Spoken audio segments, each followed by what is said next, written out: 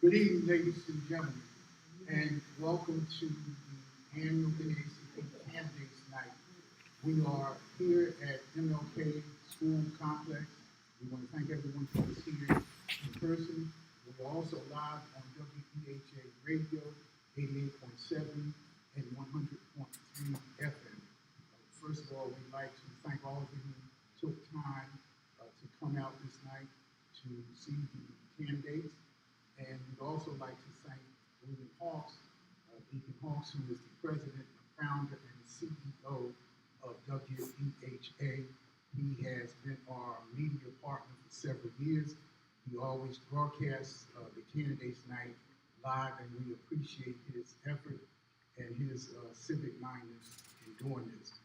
My name is Khalil Shabazz. I am proud to be the president of the NAACP branch of the NAACP, and proud to explain to you what the Candidates Night is and why it's important.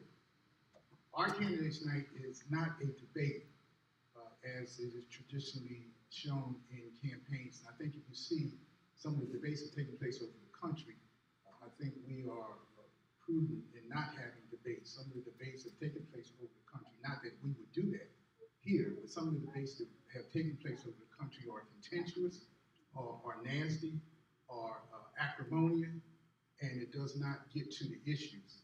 What we have done traditionally throughout the year in the NAACP branch and NAACP is have a candidates night. The purpose of the candidates night is to give those people who are running for office an unfiltered opportunity to present their stance, to present their platforms, to answer questions unfiltered to the audience, to the listeners, to the voters.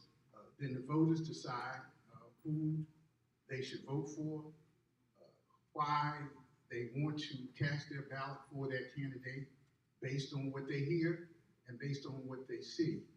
So that is the purpose of the Candidates Night, and that's why we have it set up like that, in that style, so that each candidate gets the same questions, and each candidate has a chance to respond. We don't give the candidates the questions in advance because we believe that if you want to run for office, whatever office you want to run for, you should be well versed on the issues, and you should be able to communicate your platform, your stance, your issues to the voters without prep. So no candidate gets any questions. That's our process and that's our procedure. We invite all candidates to the Candidates Night. The NAACP does not endorse candidates, but we do support civic involvement and civic engagement. We do encourage people to be registered to vote and to vote. Although we don't endorse candidates, we do reserve the right to take positions as necessary for opinions or programs or initiatives that would hurt people of color. That's why the NAACP exists. We have been in existence for 113 years. And the NAACP came about because of the physical lynching of people of color in this country. Obviously, we don't have that activity today, but we still have disparities in many fields that we speak to. So that is the purpose of the Candidates Night. That's the reason that we have the Candidates Night. And I must say that we have an unblemished record of having events that are fair, that are open to everyone. And we stand on that record.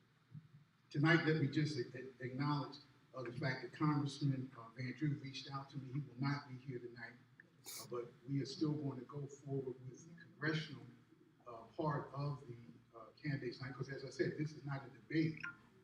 This is a Candidates Night, and it's an opportunity for the candidate to present themselves. So the Democratic opponent is here, and we will give him that opportunity. We are going to have two people who are moderators who will be asking questions, and we have Mr. Johnson here, who is our timekeeper, in order that we keep things moving, in order that we are fair to everyone. And I'll tell you this, Mr. Johnson knows his job, and candidates better pay attention to Mr. Johnson, because if not, it'll be like they do at the Apollo, you get the hook. That's a joke, that's a joke. But he is efficient and he is fair, and please look to him for time so that we can keep the program moving. Again, I want to thank Mr. Hawks for allowing us to reach a larger audience by being on his radio station, WHA. Reverend Stanford Miller Sr. is the senior pastor of Asbury United Methodist Church here in Atlantic City.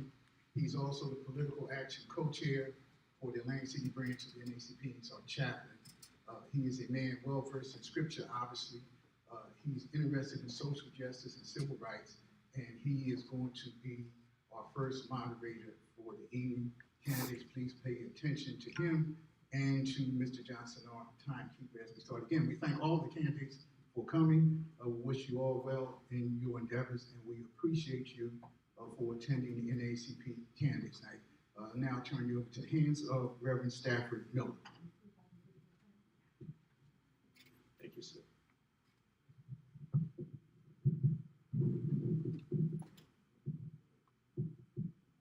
Let's all breathe. Amen. Thank you. Will you please just take 1 minute to introduce yourself, and then we'll just go straight down the line, and then we have some questions for you. And what we have agreed upon is that each are given a total of 5 minutes to answer the questions. And then after we ask each of you the questions that we have already designed, then you get 2 minutes for your own personal positions. Okay? Is that okay? That is okay with the city. Okay. So please, first person, please tell us your name, sir. On my far right. Mic check, mic check. Good evening, everybody. My name is Kashan McKinley, affectionately known as Cash. Should I tell about myself a little bit more? No. Okay. Just tell us who you are. That's your identity. Okay, next person. Good evening, I am Hollisha Bridgers.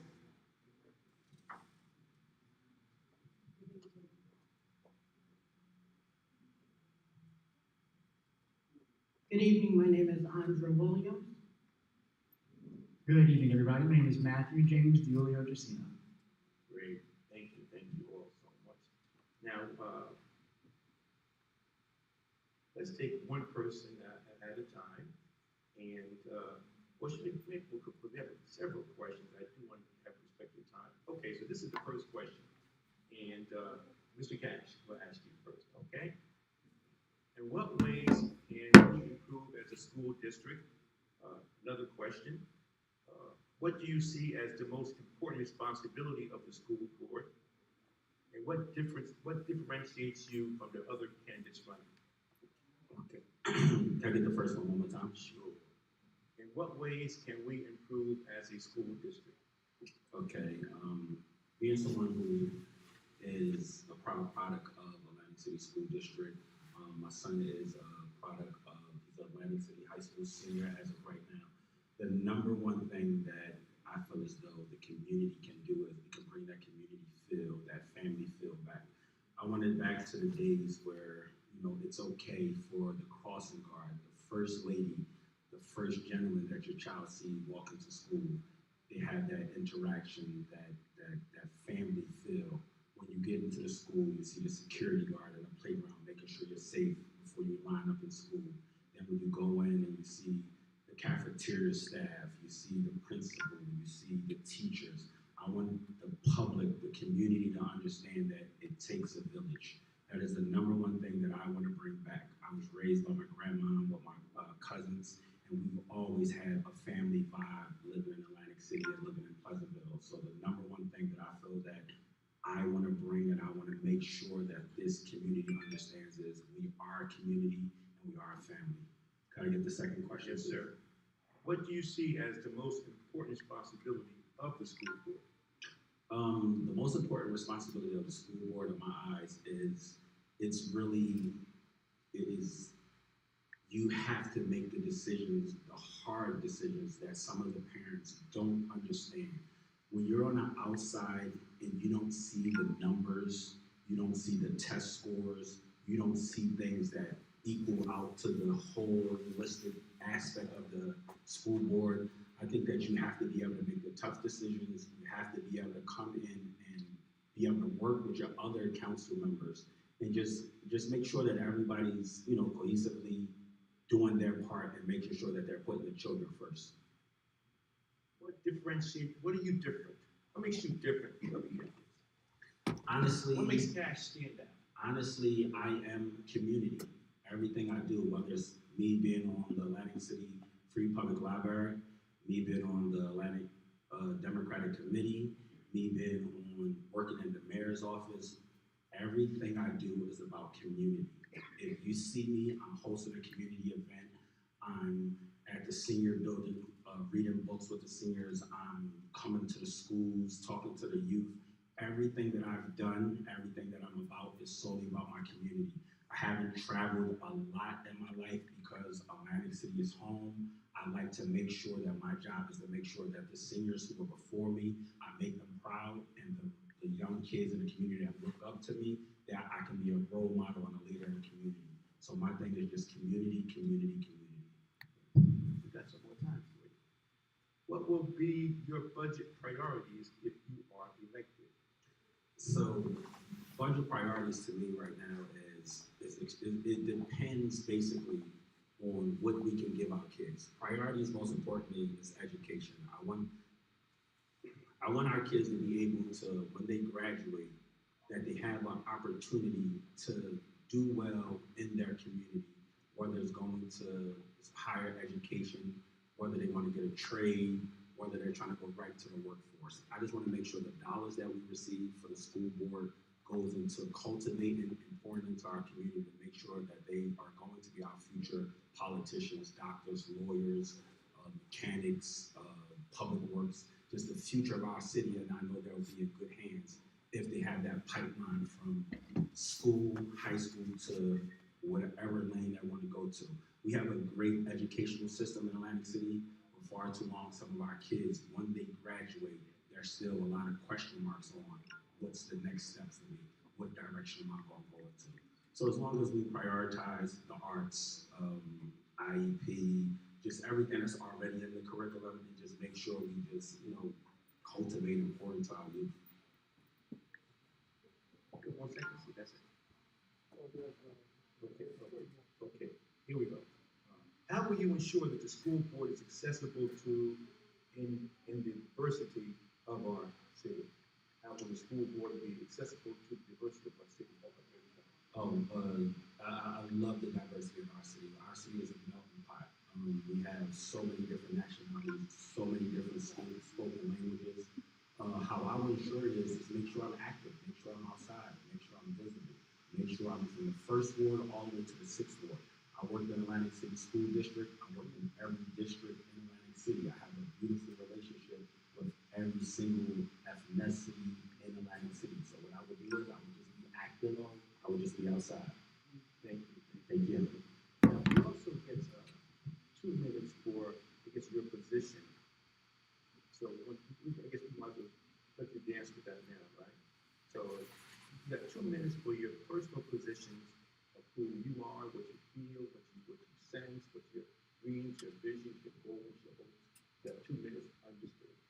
Yeah, so honestly, I love that Councilman Shabazz kept using the word unfiltered, because sometimes I do want to be as professional as possible in these settings, specifically when I'm representing myself and my city, but I want to be clear that I am living the American dream right now. I am a young man from Atlantic City, no father figure in my household.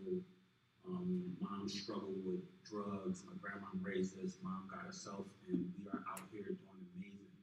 Under the leadership of Mayor Small's administration, he have shown me things and put me in position in rooms that I can only, it's a testament to God. But my goal is to go back into this community and make sure that every single child that is in this city has an opportunity. And that's all it is. Give them an opportunity to be successful. Give them an opportunity to succeed. So, when you vote for me on November the 8th, I'm just humbly asking that I will guarantee I will not take this for granted. I will do everything in my power. Every school, every student, every teacher, everybody in this city, whether it's someone who lives here, a resident, whether it's a tourist that's visiting, or a business owner, we have to come together and we have to make sure that our future is better than our past and that we leave it better than we received it. Thank you.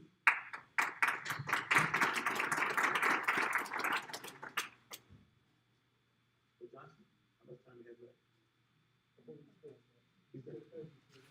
Okay. You should- Okay. Let's get him in some. Okay. The next person we're going to meet is Ms. Bridges. And again, your name is Halisha Bridgers. Bridgers. Oh, thank you for correcting me. The administrative that you are. We have questions for you as well. And what we have set apart is 5 minutes. I'll give the questions to you. If your time is not used up, I'll use some more questions, okay? And after you finish that, then you have 2 minutes to give your position on what you feel will be stated, okay? The first question is, in what ways can we improve as a school district? Second question, to give you 3, what do you see as the most important responsibility of the school board, and what makes you different from the other candidates that are running? Can you repeat the first question, please? Sure. In what ways can we improve as a school district? So improving as a school district as a whole, I do believe decreasing the attention span of the students. Before the pandemic, the students' attention span was definitely very low. During the pandemic, when we transitioned to virtual learning, the students did lose a lot of access and their attention is really low. But what I would like to do is to bring in more financial literacy. And so teaching students how to save money, how to manage money, how to budget, invest, clear their debt, and do a lot of other things early in the school system would be more important to me. A lot of students in high school have those math classes where they are able to have those courses, but I feel like teaching students early about financial literacy is best as well. Also, staffing in the schools, a lot of schools struggle with school staffing, so encouraging high school and college students to go into education so that we have those people in place for all types of positions.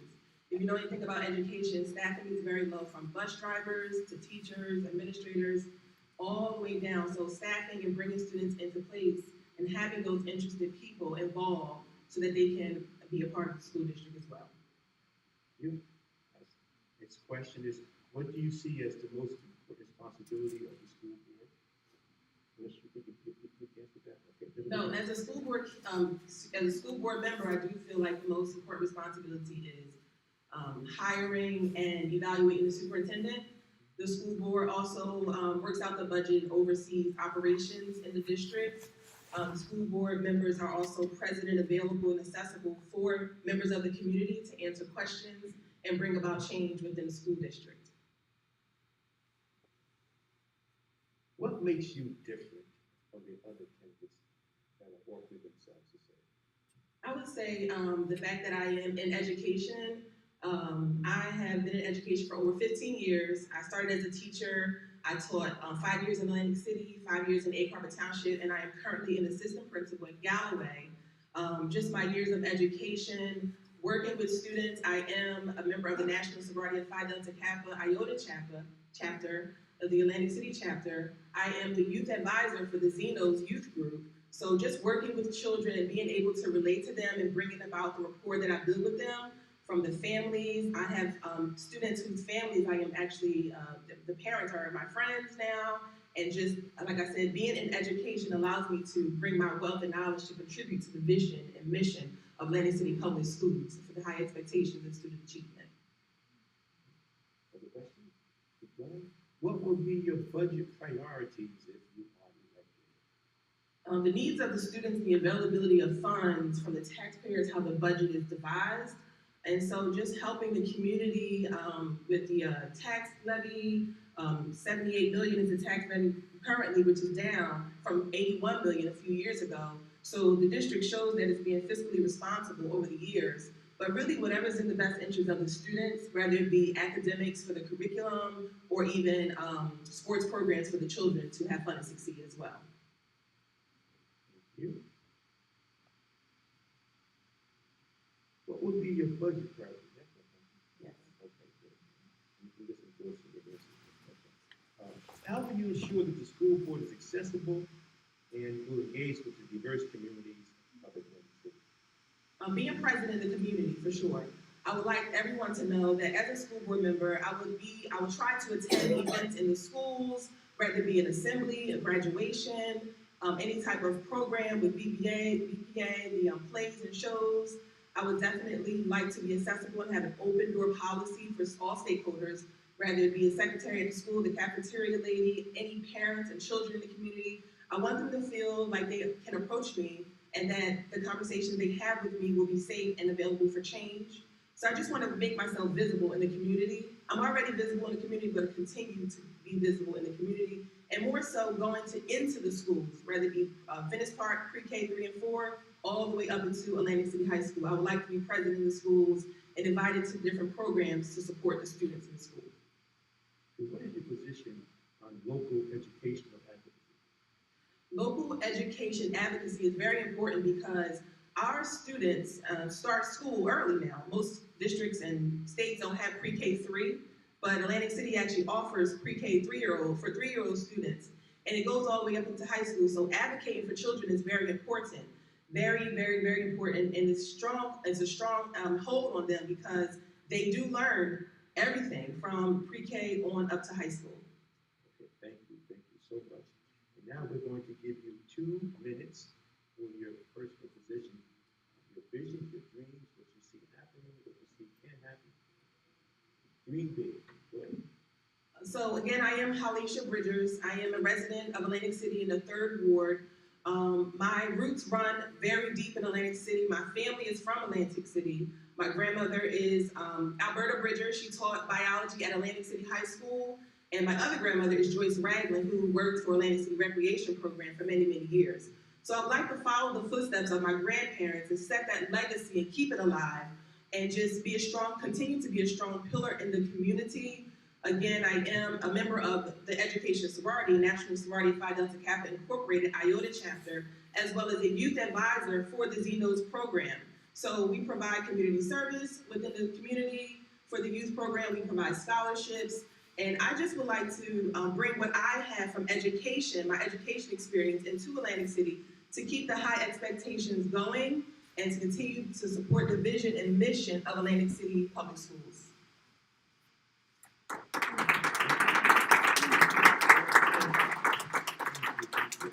we're going to do, I have my co-laborer in Virginia, Lucas, and she's going to have this questions also for the students.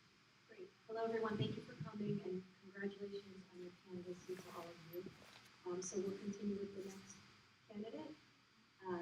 I'll continue Reverend Miller's question style. I'll throw out 3 questions, and I'll repeat them if you need me to. First, in what ways can we improve as a school district? How will you ensure the school board is accessible to and engaged with the diverse communities of Atlantic City? And what do you see as the most important responsibility of the school board? Yes. In what ways can we improve as a district? I believe that we can improve as a district, one, by collectively communicating with one another.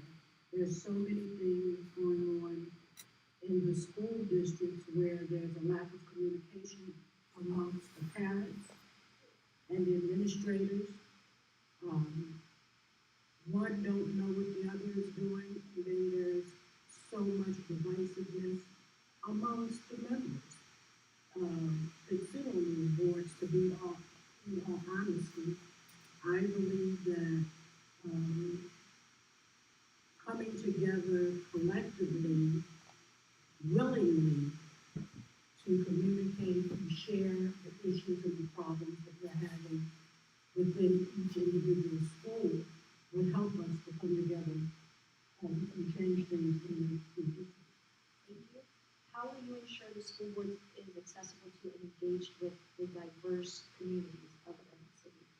If I'm elected on the school board, I will challenge them to set goals, make sure that they fulfill the goals that they set, allow the community to see the transparency of the things that they've set are being done. There's so many things that we hear from the school board that has been accomplished, but the community doesn't see it. If the community saw the accomplishments, it might not be as much backlash from the community as to what's going on.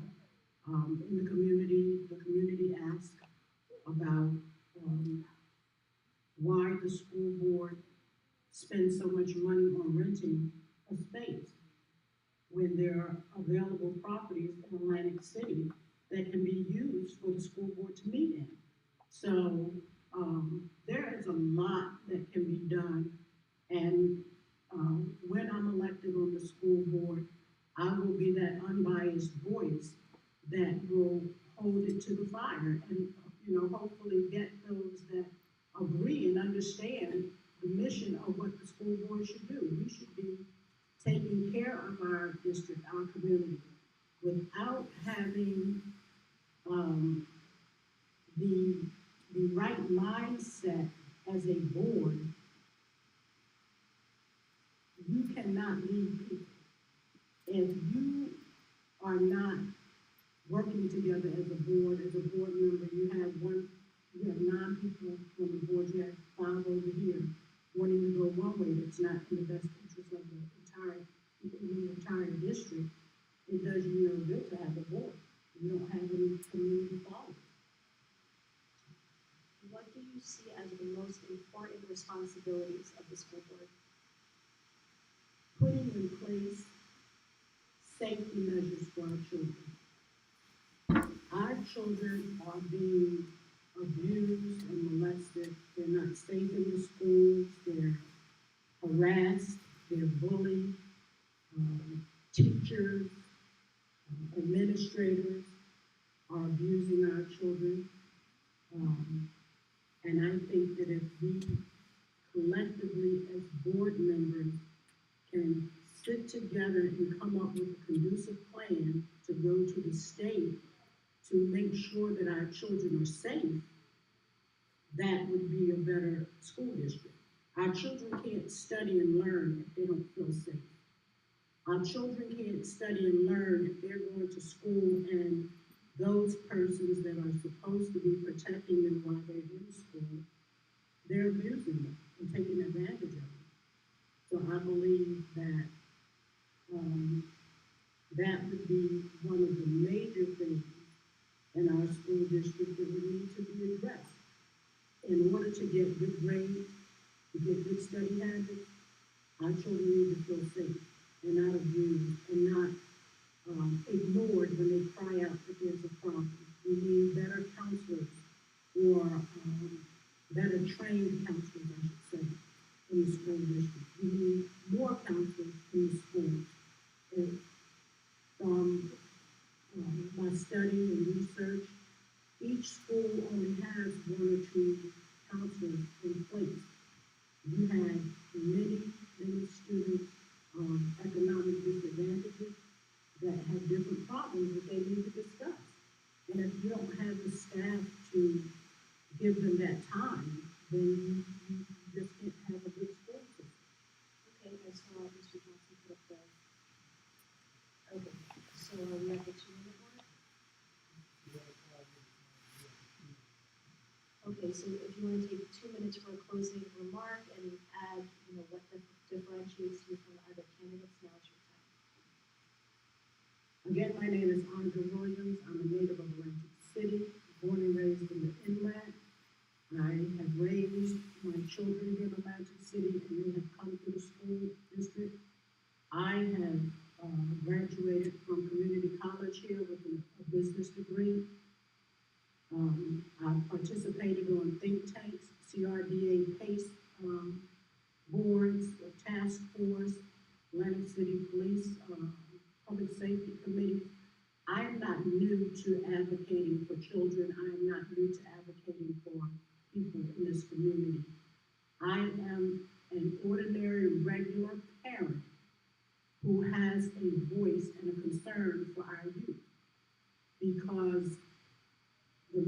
focus in our school system that I see is that yes, the budget is a major thing. We need that money. However, if the money is not being filtered down to where it needs to be, it does our children no good. So I'm a regular person, a parent, who come from this community, from the inlet on down, who's concerned about your children. I want to make sure that the things that the children need in school, the literacy, like Ms. Bridget said, the literacy programs, our children need to know about civic rights, civic learning. Our children don't vote, and they need to be educated on things of that nature. So there's a lot in our school system that I would like to be able to help implement, help create laws. But the most important thing, and remember this, is the safety of our children. If our children aren't safe, none of it means anything, because they will not be able to learn. Our children are being abused and molested and harassed and bullied by those very people who are supposed to force them. Thank you.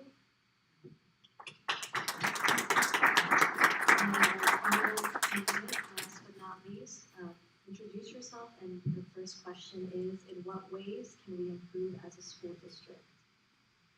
Good evening, everybody. My name is Matthew Giulio. Just, there's several ways we can improve as a district. I think number one, we have about 11% that are reading at or performing at grade level, and we have the highest paid superintendent, the highest paid public official in the state of New Jersey history is our superintendent of Quest Law. Okay? Not to mention, really the number one thing that the school board could do, is we're spending $30,000 a year per student, would just be to dissolve itself and give that money to the parents and send them to private school. That's really the best thing that we could do. As far as in what ways can we improve? Okay. How will you ensure the school board is accessible to and engaged with the diverse communities of Atlantic City? Well, one of the things that I've seen as someone who's tried to attend school board meetings is that they're really fun. They play funny business with the Zoom, and they got to stop doing that. So one of the things I'm going to do as soon as I get on the board is we're going to make it so that we're streaming them on YouTube. So that way, if you're having problems getting on Zoom, we're going to have a YouTube stream where you can at least virtually attend the meeting. Not to mention, I'm Irish, Puerto Rican. My wife there's Indian. I know plenty about diversity. I don't run on those issues because I'm an American. What do you see as the most important responsibilities of the school board? Preparing our children for the workforce, preparing our children to go live out in the world, and the safety and wellness of our children, which unfortunately, through many aspects, whether you look at what's happening with staff members, or whether you look at what's happening with violence and mass shootings and things like that, there's a lot of issues that need to be addressed in the schools. And what will be your budget priorities if you're elected? Well, number one, as was previously mentioned, we are spending about $500,000 a year on an unnecessary building. This room seems fitting for me, for 9 people to have a meeting. I don't see why we can't do that. I don't think they would charge us anything. And as I said, we have a superintendent who's making $285,000 a year. 285 or 200 enough. She makes enough money. Don't interrupt me, Mr. Mayor. This is my time. Thank you. I'm speaking. Continue with your answer. Is that your answer? Essentially. Okay. What has been your previous engagement with the local school system and local educational advocacy? My previous engagement with the local schools, I went to Richmond Avenue Elementary School. Mr. Stone had an impact on my life that is immeasurable. He gave me a love for science, objectivity, mathematics. Then I took with me, I didn't just go to Atlantic City schools. I went to 16 different schools. I moved around a lot. But I can tell you that my time at Richmond Avenue School was the most impactful out of all the schools I've been to. What differentiates you from the other candidates who are running? I'm not bought by him. I'll check with Mr. Johnson on your time. 2 minutes, so you'll have your 2 minutes to do closing statements, up to 2 minutes. Okay, so we'll give you 2 minutes to, do you have anything else to add to any of the questions that I asked, or do you want to take your 2 minutes for closing statements? I'll take the 2 minutes for closing statement. Okay, go ahead. And I'm gonna keep talking because we're on the radio and we don't want dead air, so I'm gonna keep talking until you start. And. So- Okay. Atlantic City voters face a public question on the ballot this year regarding nonpartisan elections. It is me and my running mate that came up with this idea. And unfortunately, the mayor has taken it upon himself to come out and demonize me and my running mate's First Amendment God-given constitutional right to petition the government for a redress of grievances. The mayor has said this is an effort by wealthy, out-of-town white people to take over the city. He's going on around town calling me and her Callaway puppet. Well, I have a message for you. You're a Galloway puppet. You answer to Michael Solomon, an out-of-town, wealthy, white liberal who doesn't live here. You support the state takeover of Atlantic City. We're already under the control of wealthy, out-of-town, white liberals, thanks to you. And not to mention, you want to say that it's going to cost $50,000 a year for this nonpartisan? You give yourself $50,000 in raises already. The small family is going to get $1.6 million in taxpayer money. Vote yes. Vote 4560 when the school board fixed. We didn't interrupt anyone in their 2 minutes, so we wanted to maintain our non-interruption policy. But that concludes the school board candidates. Again, congratulations on your candidacy. Thank you for joining us. And we are going to transition to the Atlantic County candidates. Thank you for coming. You're here. You heard people's positions. We'll make your decision based on what you heard. We are gonna. That's not acceptable. I believe I still have time.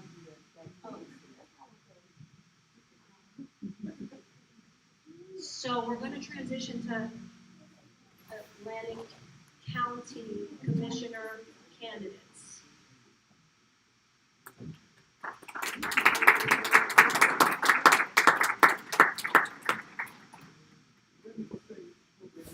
Do. Okay, let me tell you what we're not going to do here tonight. This is going to be a orderly, beneficial evening. We are not here to talk about the change of government. That's not on the agenda. People can say what they want to say, but they have to stick to the topic of the office that they're running for. School board candidates have to talk about school board issues. County commissioner and district commissioner are going to talk about district commissioner issues. Congressional candidates will talk about congressional candidates, and we're not going to have personal attacks, and we're not going to go off our agenda. Our agenda is listed, and that's where we're going to stay. So I just wanted to say that.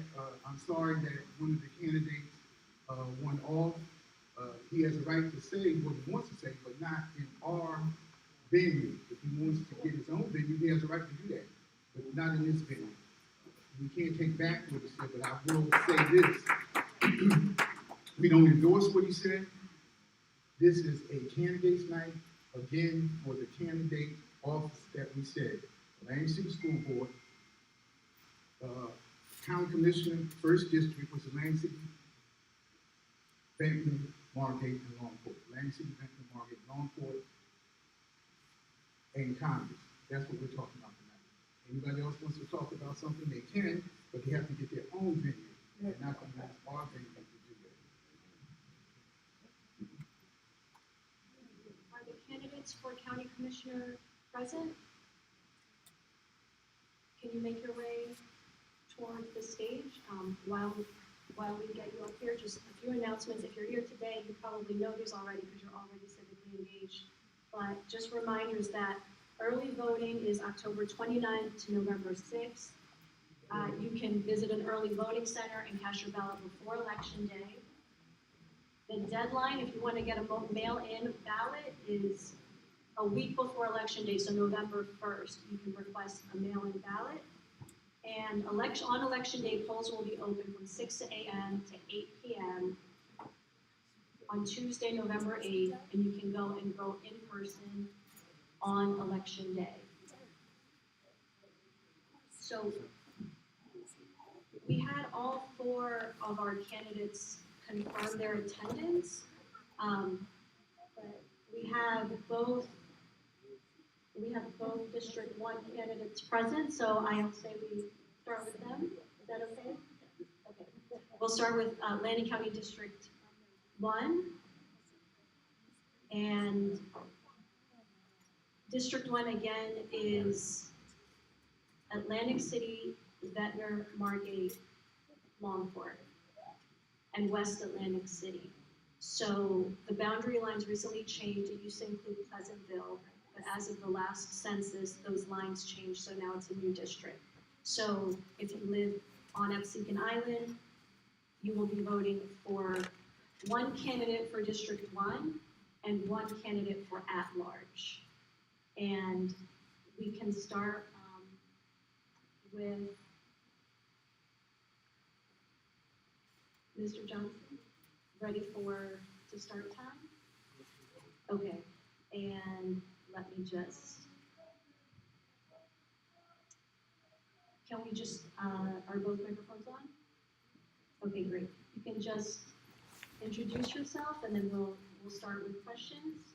And we'll alternate back and forth with the questions rather than me reading all of the questions at once. We'll go back and forth and get through the questions.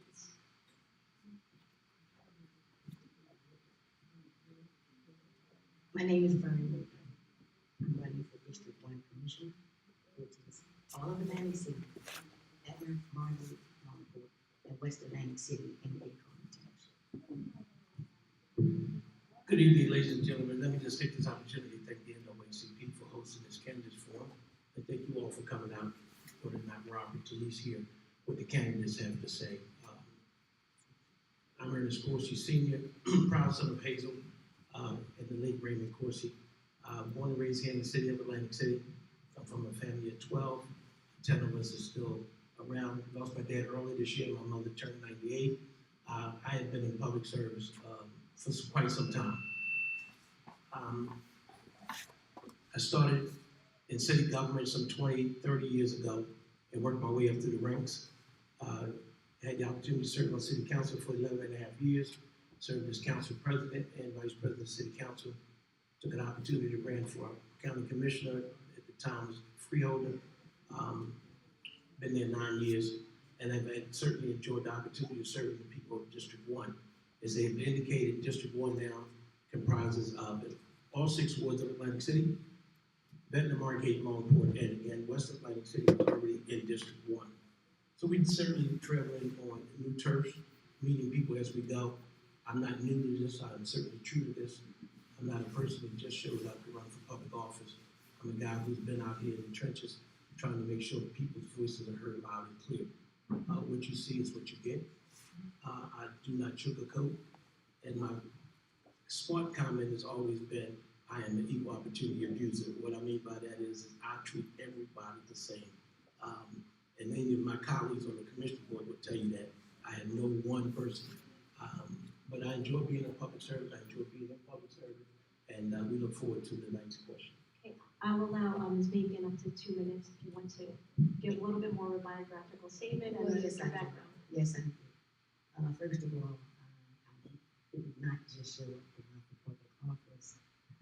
I've been a part of Atlantic City since the 50s. I grew up when my sons were here. And I am a product of 9 children, and I have 6 grandchildren and 17 great-grandchildren. I had an opportunity to travel around the country. I had owned a company called MFP Fire Protection Company. We installed the fire sprinkler system in Atlantic City High School. We opened that school up in 1994. That was the first fiber optic high school in the country at that time. It was an $83 million school. I worked with Ms. Barbara Hudgens on the Atlantic City First Tomorrow program. I was president of the National Association of Women in Construction Atlantic City chapter. I was vice president of the Atlantic City Business and Professional Women's Organization. I was on the board of the Atlantic County Women's Center. I worked with the Center for the Blind. I worked with the public for the last 51 years of my life. And the opportunity that I've had around the country and came back home in the tour where I've been in West Atlantic City for over 40 years. So as far as experience, I have a lot of experience. I had an opportunity to learn around the country. And I would love for you guys to give me the opportunity to make a big change that's needed here in Atlantic City. Okay, we're gonna start with the question portion, and Mr. Johnson, the candidates will have up to 2 minutes to give their response.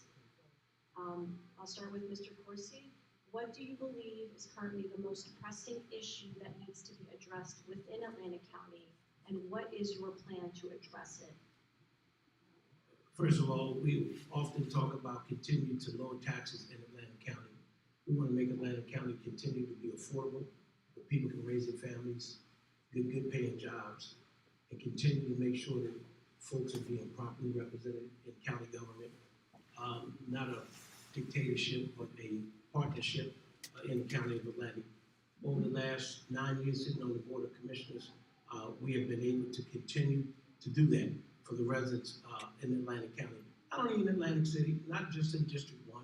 I tell people all the time, my vote, when I vote, is a vote for all 23 municipalities in Atlantic County. I've crossed party lines to get stuff done. We continue to cross party lines to get stuff done because we believe in doing the right thing for the residents of Atlantic City.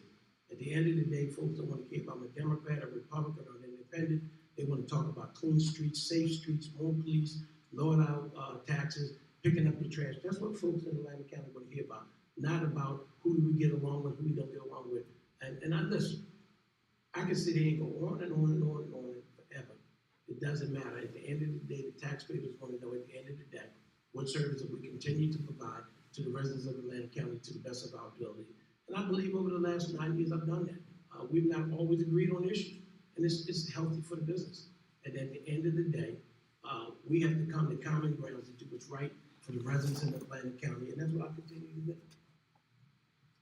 Thank you. I'll ask it the question again. What do you believe is currently the most pressing issue that needs to be addressed within Atlantic County, and what is your plan to address it? Well, I guess everybody walks up and down the streets in Atlantic City. They see the difference. The difference is there's a lot that needs to be done. There's a lot that have not been done. That's the reason why we need to change. All the things that I have seen, we had professional homeless people in Atlantic City. I believe they sleep under the boardwalk in the summertime, and they walk the boardwalk during the daytime. We see all the things that's happening. I talk with a lot of the people. What I've learned is go to the people and talk with them. What I've seen, I went to talk with the seniors. They can't even ride the jitneys, and they love it. They love the jitneys because they don't have cars anymore. You walk down the street now, you can't walk down the street because there is no lights. The infrastructure needs to be fixed. So for me, I want to come into the city, and I want to make some changes that necessarily really needs changes. The fire department is antiquated, 30 years of the same equipment. If there's ever a real fire in the high rises in Atlantic City, they can't fight. So there's we can, as Corsi said, we can go on and on and on. That's the way I feel right now. I can just go on and on and on. But the people here see what's going on. I don't really have to even talk about a lot of the things because they know, and they are very unhappy. And we need to change the quality of life for these kids. We need to change the quality of life for the seniors here. We need to change the quality of life for things that's just going on an everyday basis. I was talking to some of the Bangladesh community. Same thing. They can't get people from in front of their stores because they can't get people to come in because of the people in front of their stores. Okay, I'll start the second question with you, Ms. Macon. What will be your budget priorities as commissioner, and what steps will you take to keep residents' property tax bills from increasing? Well, first thing first, as far as what we've done is to spend the tax dollars on Atlantic City, Ventnor, Margate, Longport, West Atlantic City. Whatever happens in Atlantic City affects all of us. The whole region, the whole county. Atlantic City has been keeping everybody alive. Since 1978, when the casino first came to Atlantic City, this city has given $14 billion to Trenton. They take that money, and as we know, they distribute it all over New Jersey.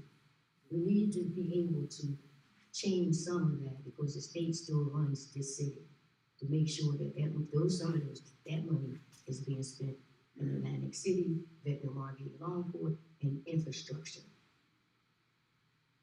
Okay, thank you. Up to 2 minutes. What will be your budget priorities as commissioner, and what steps will you take to keep residents' property tax bills from increasing? Well, again, as I stated before, it is all of our responsibilities as elected officials to continue to keep the line on spending. Nobody wants high tax bills, nobody wants high sewage bills. But at the end of the day, when we talk about taxes, when we talk about continuing to lower the county's budget, in the last 9 years, I'm very proud of my record in Atlantic County in terms of the budget. I think I voted against one budget the whole time I've been there. We've been able to make recommendations and suggestions to the administration on how we think things should go in Atlantic County. But I'm proud of the record because we continue to hold the line on spending in Atlantic County.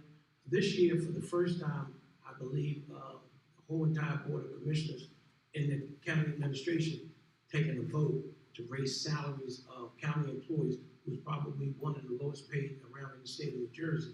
But we did that because we were able to keep the line of spending down. We have been able to run a surplus. Ever since I've been there, this year I believe it was $18, $19 million in surplus. We took half of that surplus and put it towards the 2022 budget, so we wound up leaving me with about $9 million in surplus. Doing that, which is still responsible, and you're still trying to keep good workers working for the County of Atlantic, but not raising taxes. And so going forward, we don't look to change that plan in terms of we're gonna fight like hell to make sure we continue to lower the taxes, continue to bring economic developments to Atlantic County, continue to employ people, the opportunity to raise a family, to own a home, to buy a car, all is important. But at the end of the day, we all have an obligation back to the taxpayers of Atlantic County, and I continue to do that. Thank you. I'll now start with you with the third question. Many residents of the county remain vulnerable to housing insecurity, especially following the pandemic. What measures can we take at the county level to protect both homeowners and renters and address housing insecurity? Well, we all know it's been a housing shortage. Just the other day, there was an article that came out from CRDA and the lack of opportunities to affordable housing. And yes, the pandemic has hurt us all. Folks have moved out of my neighborhood alone. I can take you in a 3 or 4 block radius and probably tell you 15, 20, 30 homes. Folks just walked away, couldn't come back, didn't come back. But it's all about responsibilities. You know, Atlantic City continues to be the dumping ground. Nobody wants a rescue mission in their community. Nobody wants the needle exchange in their community. Put everything in Atlantic City, so when it all goes bad, you know what they say? I ain't going to Atlantic City, it's bad. The government's no good. They're not doing anything for the people living in Atlantic City. And nobody addresses the fact that these folks come from surrounding communities, whether it's Summers Point, whether it's Mays Landing, whether it's Linwood, whether it's West Atlantic City gets the blunt. And at the end of the day, we as government officials still have a responsibility to the homeowners and to the taxpayers of Atlantic City to do the very best we can. We can't do it all by ourselves. The county can't do it by itself. The city can't do it by itself. The state can't do it by themselves. But if we work together, we can get a whole lot done. Too busy. The problem is we're too damn busy fighting against ourselves. And everybody else is coming and telling us what to do because we can't get our own damn house in order. Let's put the chips where they fall. And at the end of the day, if we can put our eagles at the door and come together, I'm sure we can get a whole lot more done in Atlantic County and Atlantic City and stop pointing the finger. The problem is that's all we do is point the finger at each other. What solutions have we come up with outside of the elected official? What meetings have you attended? Who have you held accountable? I can tell you right now, come to the commissioners meeting, it's the same damn 2 people that come every other meeting because they don't hold them accountable. So if you don't hold them accountable, what you think they're gonna do? They're gonna go with the normal quote. So that's kind of like on some of the issues. Okay. The questions about housing insecurity. What measures can we take at the county level to protect both homeowners and renters and address housing insecurity as many county residents continue to remain vulnerable after the pandemic? Well, that's the reason that my opponent was just talking about. We need change for those very same reasons. The same people are not getting along, the same people are not doing things that need to be done for the residents of Atlantic City. As I said, the people here know Some people been here 20 years, some people been 25 years, but it's not that people that come from different places to make a difference. It's the people that are here that can make the difference. You have to go to the people. You have to help the people, but you can't help them if you don't go to them, you don't talk to them, spend time with them, and take their county, all the different resources they have. The people have to know about it. The people don't know about the resources. They don't know about the housing development, the things that's going on, that they can take an opportunity or go. Read the documents that they never see. There's a lot of things that's happening here, but the people here know, and it is time for a change. If there's time left, you can take a bit more time with that housing question. And as we said, yes, there's a shortage because there are things that could be done. And that's the thing that's happening. Nobody's getting along. Nobody knows what's going on. That's why it's a time for a change. We have to put programs together that can help the people, the residents here, Ventnor, Margate, Longport, those people suffering too. You don't hear it because nobody talks to them. Nobody goes out there to see them and those people. They have the same problems. Maybe not just as big as the ones in Atlantic City, because Atlantic City does carry the brunt of a lot of things that's going on, but it can't be cleaned up. Thank you. The next question, I will start with you, Ms. Lincoln. What steps, so this is a two-part question, you'll have up to 2 minutes. Up to, so if you want to take less time, that's fine if you want to save your time. What steps can county government take to improve economic development in Atlantic County? And how will you ensure that these economic development tools promote racial equity? Well, there is the first question again before economic development. Yes, what steps can the county government take to improve economic development? First of all, the county has a responsibility to the people.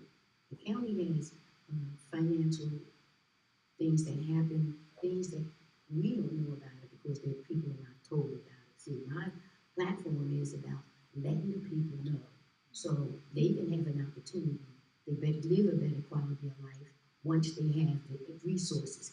The resources will come from the people that holds office. And as I said again, the people have to know people to be able to help them. And the second part of the question is, how can we ensure that economic development tools that are presented, that there's racial equity within those tools? Well, when we say racial equity, we have a lot of different, it's a melting pot in Atlantic City. We have a barrier with language where a lot of people do not speak our language or American language, as we say. There are things that we need to put in place as far as programs to be able to reach out to those people. Right now we have a new prosecutor. I believe he's going to make a big difference in helping the people as far as racial diversity, things that's happening in different places. We have so many things that I believe that the children need. They need to have an understanding of just being a child. They grow up when they're 5 years old anymore. Technology is good, technology is bad. I would propose that all the different agencies in Atlantic City absolutely really do come together, that we could put some things in place that would absolutely help for economic development and the infrastructure. Thank you. Commissioner Corsi, what steps can county government take to improve economic development in Atlantic County, and how will you ensure that these economic development tools promote racial equity? I know you were a little fast, but I'm gonna take one at a time. No problem. When I get to it. Economic development, listen, look around Atlantic City. Atlantic County, for example, has the best buying rating in a long time. Under not leadership, but on the commission board, then Freeholder, we bonded the funding to build Stockton, Atlantic City. Stockton had no money. We went in, commissioners came up, supported the administration, put the bond money up, bring Stockton back to Atlantic City. And now Stockton is on their second building. Economic development is important across the county, not just in Atlantic City. Again, we talked about the FAA. We're doing economic development out there. We're doing economic development across the county of Atlantic. But at the end of the day, there's not too many municipalities, I think I can say, that have the bonding capacity that Atlantic County has. And so when the time arrives and we need to step it up, we put our money where our mouth is. And that's what the residents of Atlantic City and Atlantic County want. We've got to make sure at the end of the day that not only we're doing economic development, but on those job sites, it reflects the communities in which we live. Too many times contractors win bids, they're out of towners, local folks, local union, we get very little part of the job. And so it's all about responsibility to hold those contractors accountable. And I think the county does a good job. There's times on the commissioner board, we question a number of contracts that come down the road, and we ask them what is the makeup? What is the makeup in the terms of on the job, of residents, non-residents, et cetera. So it's not new, but we've been arguing this for a long, long time, and we continue to say, we're gonna fight for what's best for the residents of the county. Thank you. What will be, Commissioner Percy, what will be your plan to improve community level engagement to address the issues that are impacting the county and the residents of the county? Communication, as my opponent has indicated, is the key. Let's not fool ourselves. We have the opportunity to continue to put out the information to the residents of Atlantic County. We have websites. During this pandemic, during this lockdown, we have been able to help so many people who are behind in their rent, behind in their utility bills. We have a website, the Atlantic County Improvement Authority, where we send people there to get assistance. All that is public information. Some folks are not aware of it. We try to get the message out as clear as we can. Some folks don't want to take advantage of it until such time the sheriff knocks on the door, you're out of the building, and then they cry, they need help. We try to do, and certainly I do, to keep constituent base in contact, what's happening, what's available, and how to get to those resources. And communication, again, is certainly paramount because you've got to make sure people know what's available, what's out there, and you'd be surprised how many people don't know. And when you do tell people, you know, I didn't know. But we do our job to try to get it out there. But a lot of folks don't want to help until it's too late. We have a bit more time. I didn't see Mr. Johnson put this out. Okay. Ms. Bacon, what will be your plan to improve community level engagement to address issues impacting the county and the county's residents? Well, as I said previously, we have to go to the people to be able to help them. As far as the county government, what we need is people that are very dedicated and really mean what they say and do what they say. So there is so many things, not where it can't be fixed or can't be helped. It just has to be put in place for the people. Thank you. I want to start with you now. This is the final question, and then we'll move to closing statements. Tell us a little bit more about your skills or strengths, the skills or strengths that you possess, and how that sets you apart from your opponent. Well, I had an opportunity, like I said, I did some lot of training around the country. My company started the fire suppression system in the Philadelphia Eagles Stadium, Tennessee Titans Stadium, Philadelphia Phillies Stadium. I had a lot of education and contract reading, bonding, estimating. And I know the skills that I learned many years, hired many people from all over the United States and the country. And the different organizations that I've impacted, being able to help, to be a part of what it is that I thought that would really help. And that's what I've been doing all my life. I've been working, helping people along with learning. And I learned a lot that I want to bring to Atlantic City and help make these necessary changes that's needed. Thank you. What skills or strengths do you possess that set you apart from your opponent? Skills is that I've been in public service a long time. I know how to get around. I know how to get up and down the state of New Jersey, know how to deal with people, no matter what part of their party they're affiliated with. And at the end of the day, continue to keep lines of communication open. And that when it's all said and done, folks want to know, the old people say, did you bring the bacon home? And the bacon is that have you been able to provide for your constituents? Have you been able to continue to lower taxes? And so the skills that I bring to the table, I just didn't learn them yesterday. I got involved in politics at a very young age. I've made some mistakes along the way. I learned from those mistakes, and then you move on. At the end of the day, the job is to represent the people. And one thing about elected officials, unfortunately, some of them forget where they've come from. Never reach back into the community until it's an election time. Nobody in this room, pro or con, will be ever able to say they don't see me in my community, in any of these communities. I've never forgot where I've come from. I continue to do what's right for the residents of Atlantic County. I will continue to do that moving forward. Okay, thank you. So each will have up to 2 minutes if you can, for the listening audience, state your name again, the position you're running for, and you have up to 2 minutes for closing remarks. We'll start with Commissioner Corsi, since you answered the last question. Second. First of all, let me say again, thank you so much, NAACP, for hosting us tonight. It was very informative. Again, I'm Ernest Corsi Senior. I'm running for re-election for District 1. For those of you who don't know, District 1 will be Atlantic City, all of Atlantic City, Benton, Margate, Longport, West Atlantic City.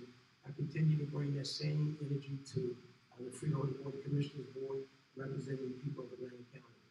Again, I enjoy public service. I enjoy helping people. I enjoy being out in the communities. And listen, I tell people all the time, you don't have to agree with me all the time, and it's okay. I'm not going to tell you what you want to hear. I'll tell you what you want to know. Sometimes it rubs folks the wrong way, but it's okay. I'm used to that. I don't have a problem with that. But at the end of the day, you can rest assured, Ernest Corsi Senior has your back. I'm going to fight like hell to make sure your voices are heard loud and clear. We're going to continue to do it. We're not going to change how we do business. We're going to fight on behalf of all the residents. And let me just say this in closing. Once again, when Ernest Corsi Senior does a vote on the Board of Commissioners, it's not only for District 1, it's for the whole entire 22 municipality that makes up Atlantic County. Also, I hear people always talk about Atlantic City. Nobody ever talks about the fact that how Atlantic City continues to get ripped off. We can't get luxury tax, we can't get road tax, we can't get sports spending money, we can't get none of that. But when we fight like hell, we need the county to stand with us. It's like they're fighting for the Pollard bill. We need them to continue to fight with us to talk about all those other issues. Because so goes Atlantic City, goes Atlantic County, and goes Atlantic County, goes the state of New Jersey. Ladies and gentlemen, thank you so much for taking the time out just to hear a couple of things that I've had to say. And if I could be of a service, I ask that on November 8th, you vote no A all the way. Because when it comes to good government, who cares for you? Corsi, of course.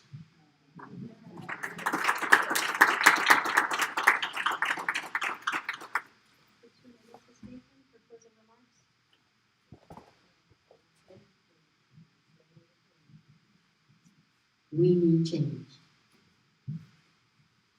Change because the people feel what has been happening, what is still happening, and hasn't changed. I am here to ask for you guys to give me the opportunity to come in to Atlantic City, Atlantic County, Benton, Margate, and Longport. Sit down with brand new rules where everybody is accountable for what goes on. And that's what I am about, and that's what I'm looking forward to do. And I'm hoping that you guys will give me that opportunity and vote for me on November the 8th. Thank you. Thank you for joining us. Thank you for making time to come and to share your views and your positions.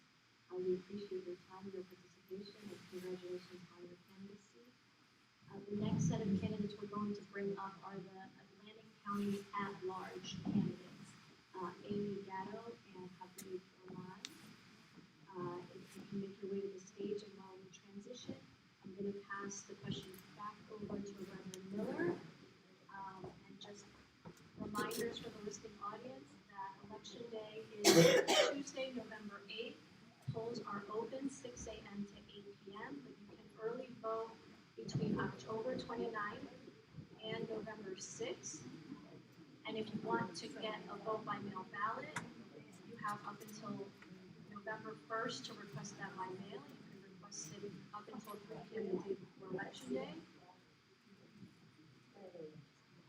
And we're preparing to hear from Atlantic County at large. So we heard from District 1 candidates who will represent Muskegon Island and West Atlantic City. Our at-large candidates represent the entire county in our county government. And I will pass over this portion of the commissioner forum to Reverend Miller. You'll have up to 2 minutes for each response. And Michael Johnson, thank you for being our timekeeper. And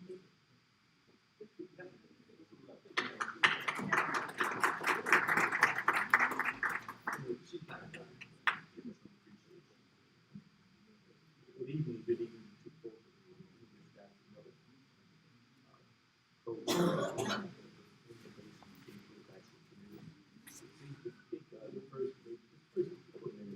Introduce yourself to us. Tell us who you are, position you're offering yourself to serve, and what makes you. Certainly. Good evening, everybody. Thank you so much to the NAACP for hosting this forum, and thank you to all of you who are not only came out, but are also staying the duration. We really appreciate your engagement in your community, so thank you so much. My name is Amy Gatto. I am an Atlantic County Commissioner at Large. I run in all 23 municipalities. I am born and raised in Mays Landing. I have had the pleasure of serving in public service since 2005. I started at the school board level in Hamilton Township, wanting to give back to the community that raised me. That's kind of what got me started. Then I moved on to Township Committee in Hamilton Township, where I served for 9 years. Served as deputy mayor for a few years, and then served as the mayor in 2011 and 2013. Proud to say I was one of the youngest in the state ever to serve as mayor of a municipality, and the third female mayor of Hamilton Township. And there hasn't been another one since, so we have to work on that. In 2016, I made my way to the Board of County Commissioners and was very excited to take that step into county government.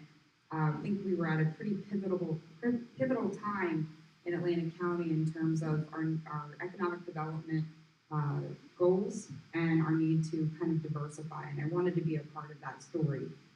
So I've been serving on the board since then, and I've had the pleasure of serving as the first chairwoman of the Board of Commissioners in our 182-year history.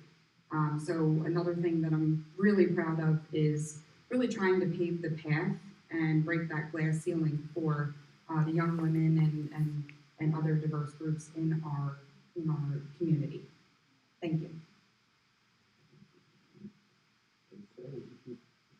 Tell us who you are.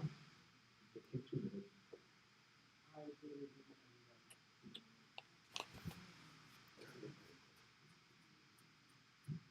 Hi, good evening, everybody. First, I really wanted to appreciate and thank you, NAACP, for organizing tonight's program.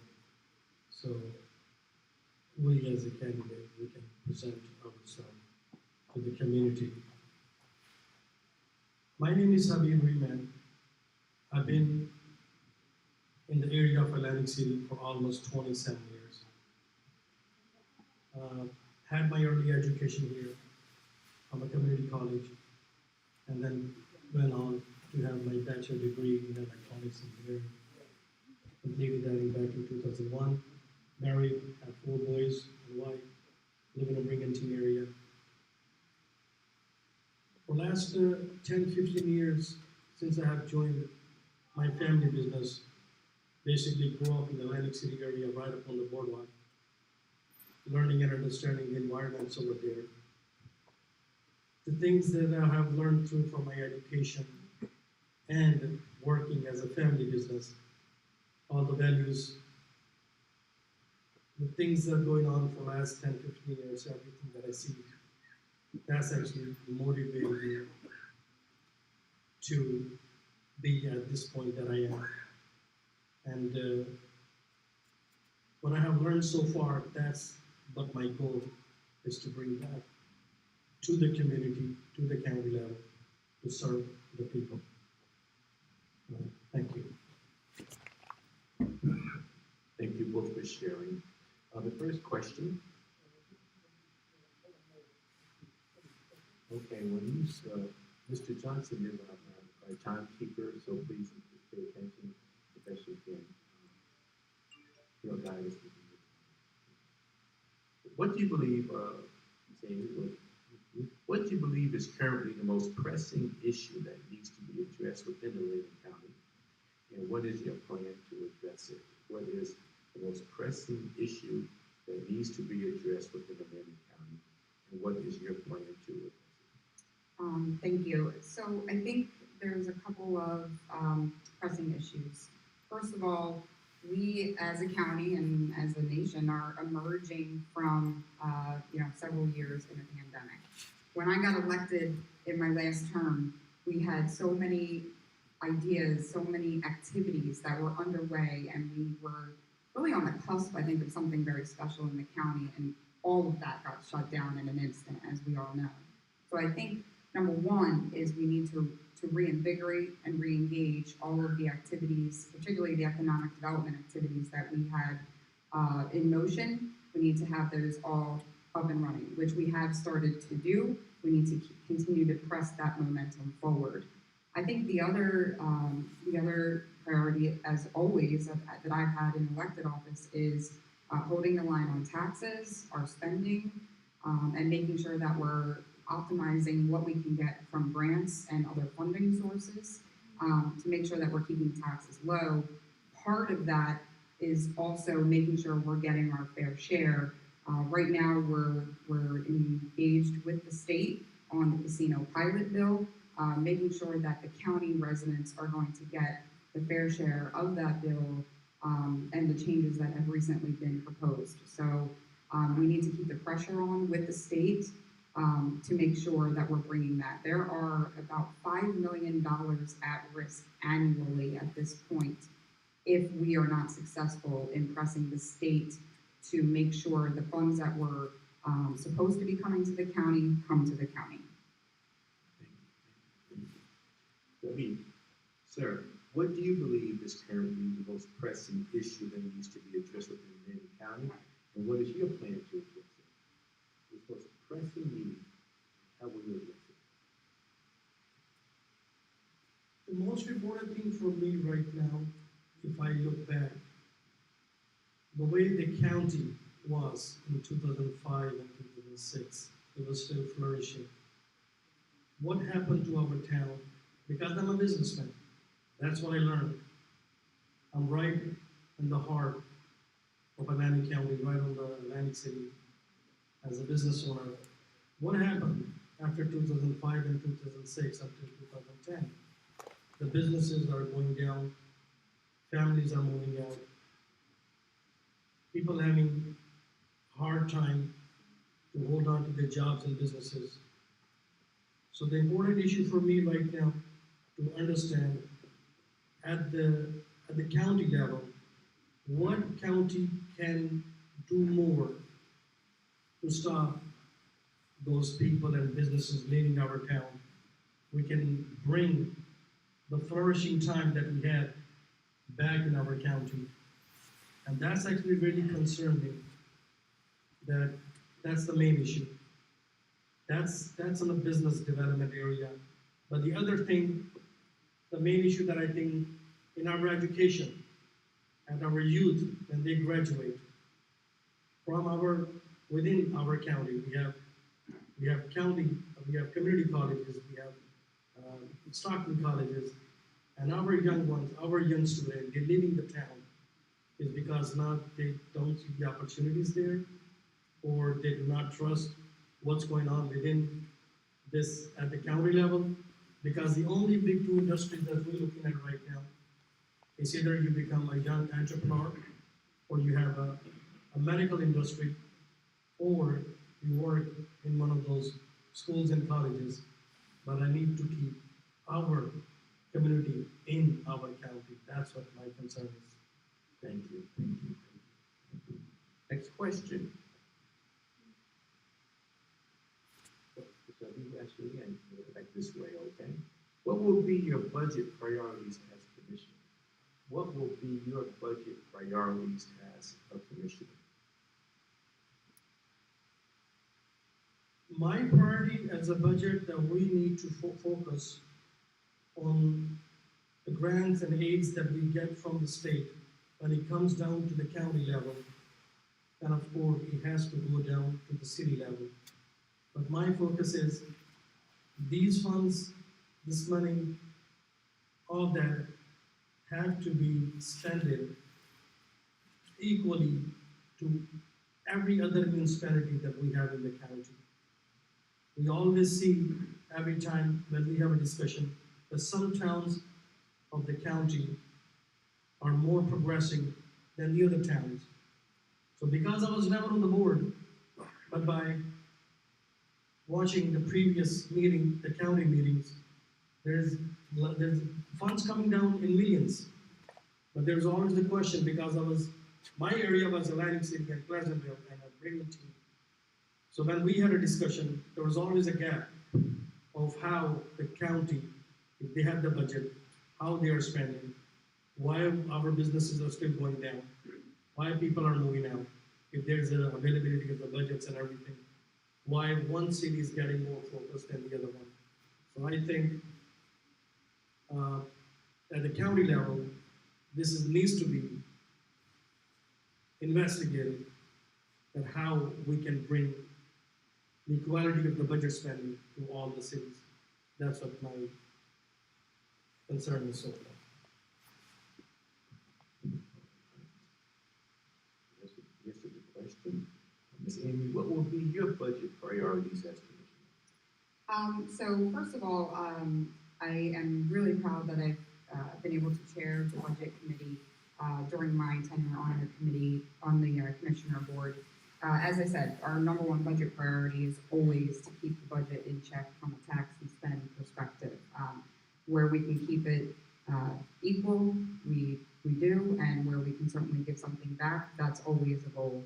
I mentioned grants previously, and making sure that we're getting all of the funding sources that are available to us in. So we've worked with Congressman Van Drew's office on making sure that we're obtaining grants for various spending, all specifically on roads, bridges, things like that, to make sure that we're maximizing what we can in that department. Additionally, shared services is really a cornerstone of what we do from a budget perspective now. We have a shared services coordinator that we've established in the last couple of years, and we have also put together a number of shared services. Atlantic City alone, I think we have over $1 million in shared services that we engage with Atlantic City government and Atlantic County government. We've created the centralized court here in Atlantic County. Atlantic City specifically is not a participant, that's their choice. But we were able to put a centralized court model together to save various municipalities money in their own rights and be able to offer a more quality product to our residents that are dealing with those issues. Also, we've made it a priority to invest in our people, our employees. We've made it a priority to make sure that we are increasing salaries where we're able, particularly in our negotiations. And that's really important at a time right now because of the levels of attrition and retention that we need to achieve. Let me keep going with you. Regarding the budget priorities, what steps will you take to keep residents' property tax bills from increasing? Well, I think, like I said, our goal as the budget committee is we go through a process every year to review the budget that county administration is presenting to us. We offer ideas thoughts, pushback at times on what we think should be funded at certain levels. In the last year alone, we gave back, I think it was approximately 40 million, cut our budget by about 40 million. We're at 237 million right now. So we were able to cut the tax rate last year, and again, I believe that's been the trend since I've at least been in office. So our goal is to push back, to get the funding sources in, and to spend it where it can be most optimally spent. One example, I serve on the Workforce Development Board. One of the things I really enjoy doing, we get a ton of money from state and federal sources for training and development of our workforce. And that could be for people who are on unemployment and looking for skills, or people who are looking to, change careers or change the direction of their life. Those funds go so underutilized a lot of the time. And so what we really try to do is get the word out on those programs, engage different community organizations to let their members know that those programs are available, and really, again, make sure we're maximizing the spend on the funds that we are receiving. So 10 questions, budget priorities. What steps will you take to keep residents' property tax bills from increasing? Thank you. My focus about the budget priority, it depends on every fiscal year. When the budget comes, what we have to focus on actually, the top priority number for the budget planning throughout the year is the education at all levels, in every school and college. The healthcare, and then infrastructure. Because if we make sure that every penny we get for that particular year, it needs to be spent on these main issues to protect the safety and the better development for human, which I think is education and health, and of course the infrastructure. There are some different cities and the areas within our county are lagging behind. There are problems in education programs. People are still having problems with their health care. So all the budgets that we are receiving within that year, which I never done any budgeting because I never been a board member, but my understanding is instead of saving or having some budgets or any money left over by end of the year, we need to make sure that the money is out there for the public, if the funds out there for the public. Did they really get it? Do they have the approach for their education, for their health, for the infrastructure of the town? And that's what my concern, that every single dollar, every penny out there needs to spend before we roll on to the next year. Many residents of the county remain vulnerable to housing insecurity, especially following the pandemic. What measures can we take at the county level to protect both homeowners and renters and address housing insecurity? Yeah, so this is absolutely a challenge in our county. One of the things that we do have available is the Atlantic County Improvement Authority, which is meant to help with that very issue. And there is a ton of COVID relief spending that still is coming in and continues to go unutilized. So part of what we can do is be that messenger of information, again, making sure that's getting out to the various groups. I am really proud to say a number of organizations that we have in the county, they do use those of us who are elected officials as resources. And recently had a member from the Ideal Institute, which is a group that we fund through the Workforce Development Board, to help people get through some of their educational challenges, who might not be mainstream education might not be for them. Recently, somebody came to me and said, I have this person in our program who has been on unemployment, has not been able to get through unemployment, which we hear so often. They therefore have not been able to pay their rent, and are on the verge of being homeless. And, you know, what can we do for this person? So within a couple of hours, we had the Improvement Authority on the phone. We had our unemployment workers on the phone.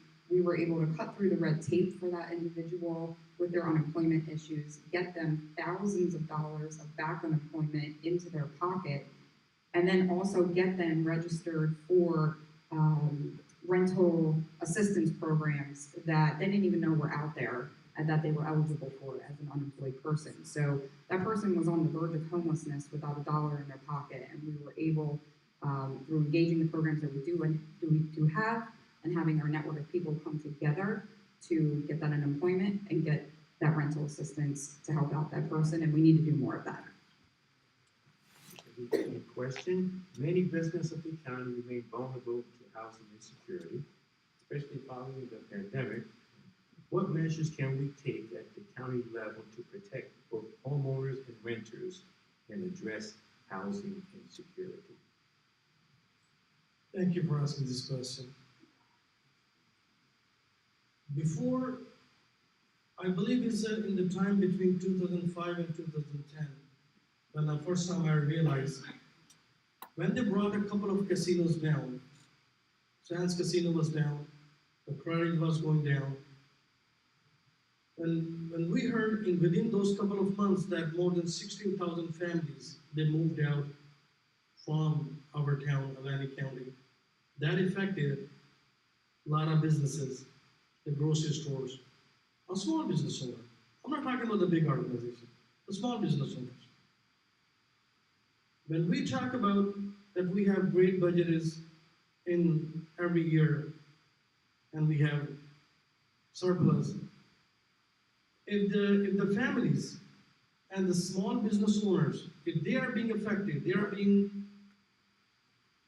just leaving the town because they are having issues with their businesses, they can't keep on. The young entrepreneurs, they don't look for any opportunities. And that's what the concern is how can we keep the families intact in town?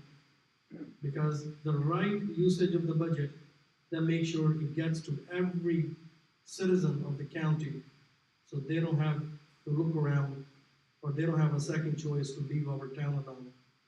So we have to make sure that with those budgets that we get, we keep our people in town, all the businesses, and the small families. Thank you. Thank you. Thank you. Any question? What steps can county government take to improve economic development in Atlantic County, and how will you ensure that these economic development tools promote racial equality, racial equity? Great question. So a number of years ago, there was a report done for Atlantic County, and it helped identify what we needed in terms of diversifying our economy and what are some things we could do to help make that change. One of those things was the creation of the Atlantic County Economic Alliance, which we did within the last, I believe, 6 years. That group, their job is to not only bring together the businesses in our county, but to attract businesses. Additionally, they're working to put together the plans to be able to help us to diversify. So some of the small things we've done, well, not small, but large, you know, we brought Stockton here to Atlantic City. We brought South Jersey Gas here. The county has not been afraid to back the bonds to help different businesses. We kept Boscov's alive at the Shore Mall. We even were ready to back the bonds on the new water park, but that went a different route. But with the Economic Alliance, we're able to kind of plan for, have a strategic plan for the future. So one of our major focuses is around aviation. We built the National Aviation Research and Technology Park in an effort to advance our stance as a leader in aviation research here in partnership with the FAA Technical Center. We also are working to bring a charter jet company here to kick off our aviation maintenance industry, and we're also looking at air cargo. Part of that working with the Economic Alliance, is establishing the training and education curriculums at both the high school level and the college level, which we've done in ACIT and at ACCC, but also in partnership with all of our municipal high schools. So we have the Economic Alliance in place, and we're working to execute that plan. Thank you. Steve? What steps can county government take to improve economic development in Atlantic County? And how will you ensure that these economic development tools promote racial equity? For the last few years that I learned for the economic development, I look at the picture on the other way around.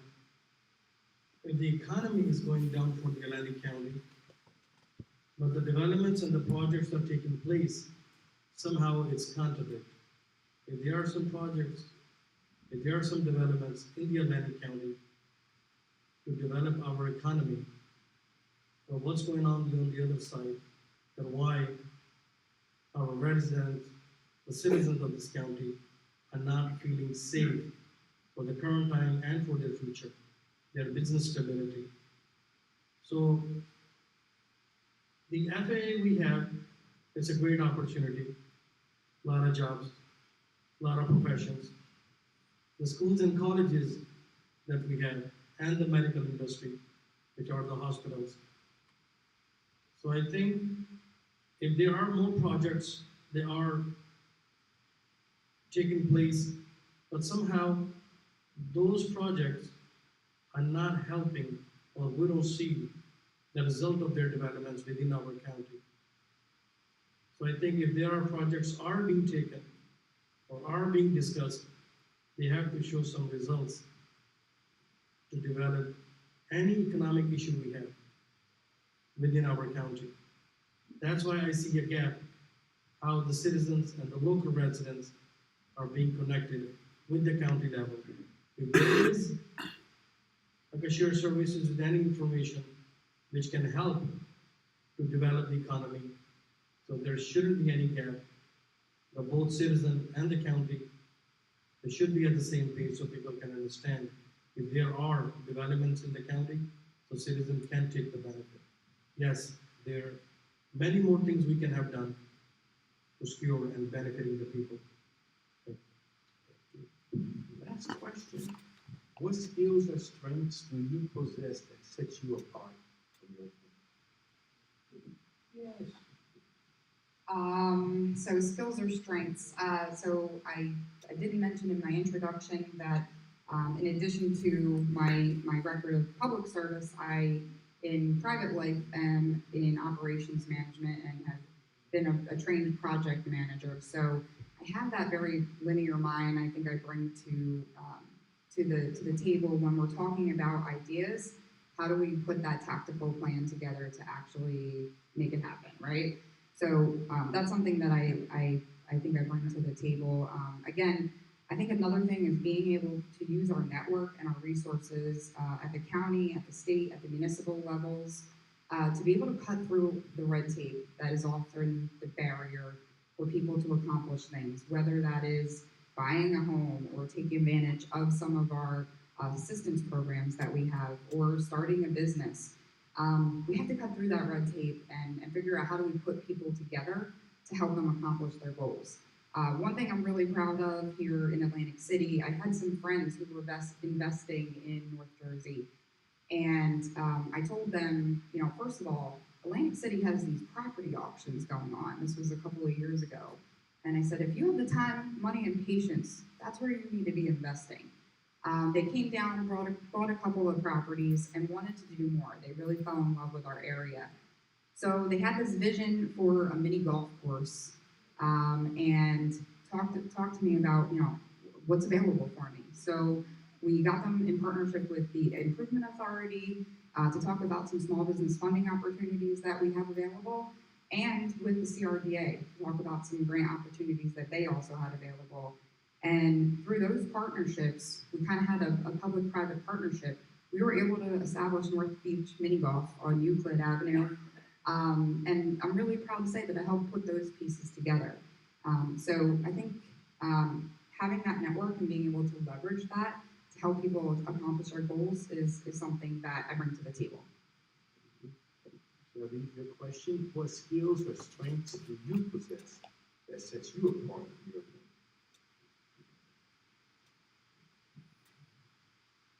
Through the years, the skills that I have as a businessman is trying to focus on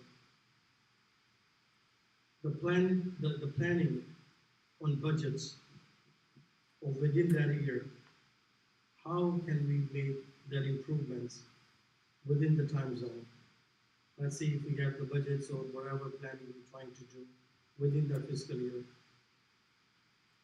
But my skills are to learn through the business is to make sure that time and money spent wisely within the time that it requires, within the time that the needs of the people.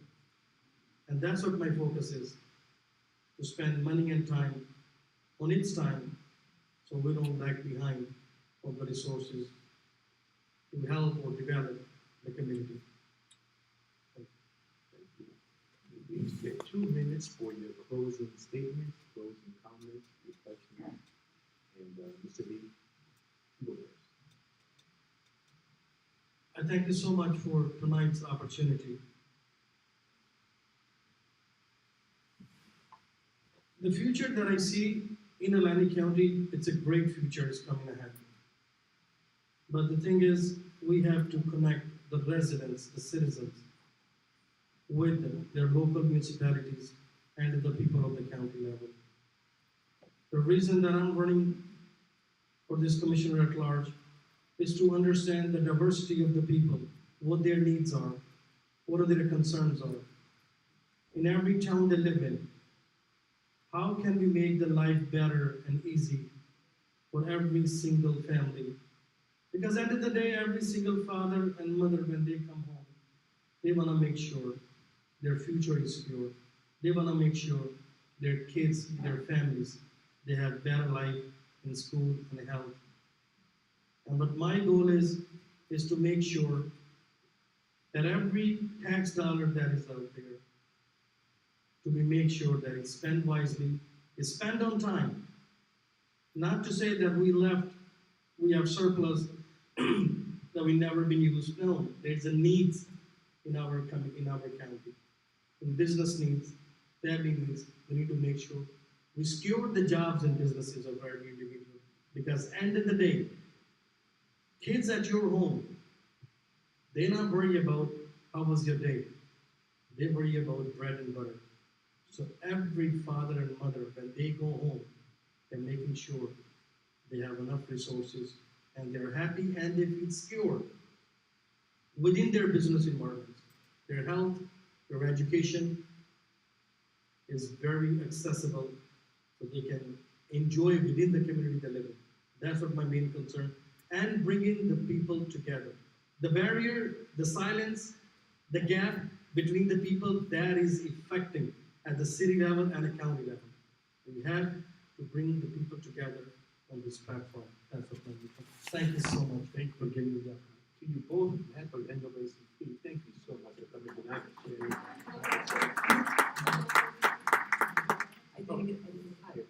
All right, thank you. I know everybody doesn't want 2 more minutes, but I brought the money to South Jersey. Go ahead.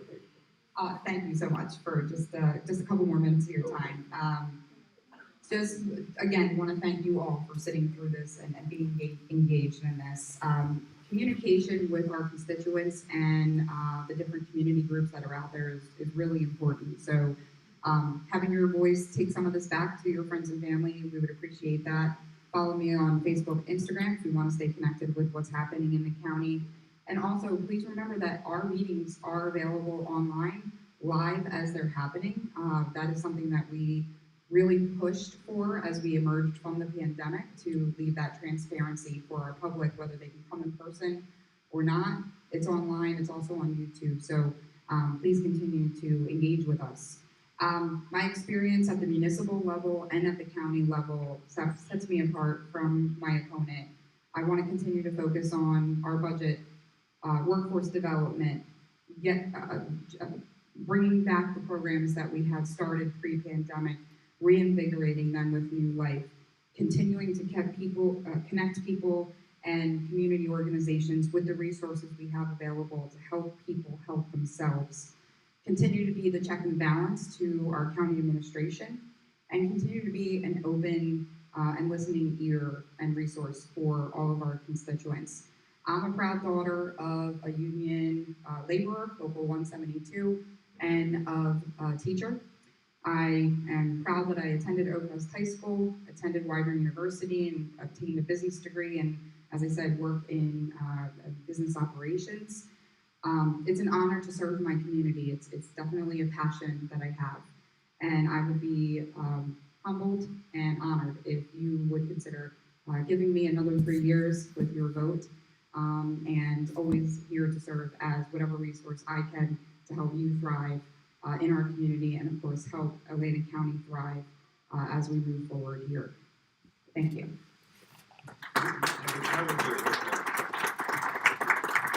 Thank you both, thank you both 10,000 times. Best luck, best wishes. Thank you so much. Thank you. One more time, please. We're only voting October 29th, November the 6th, and election day is on the 8th.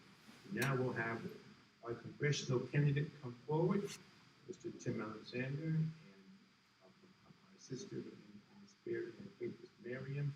She will have the opportunity to moderate.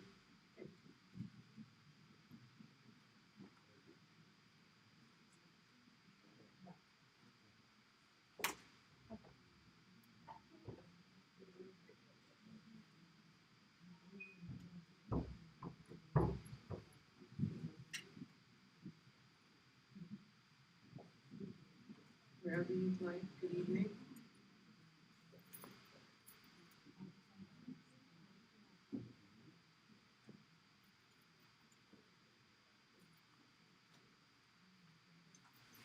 We'll begin with our first question, and as a reminder, 2 minutes per question.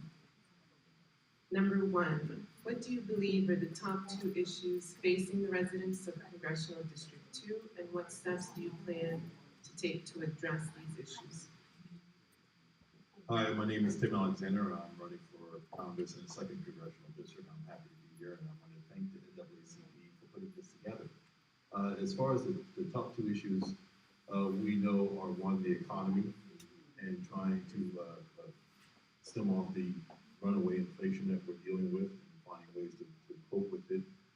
The extraordinary high gas prices that seem to ebb up and down, nevertheless, at a very high level.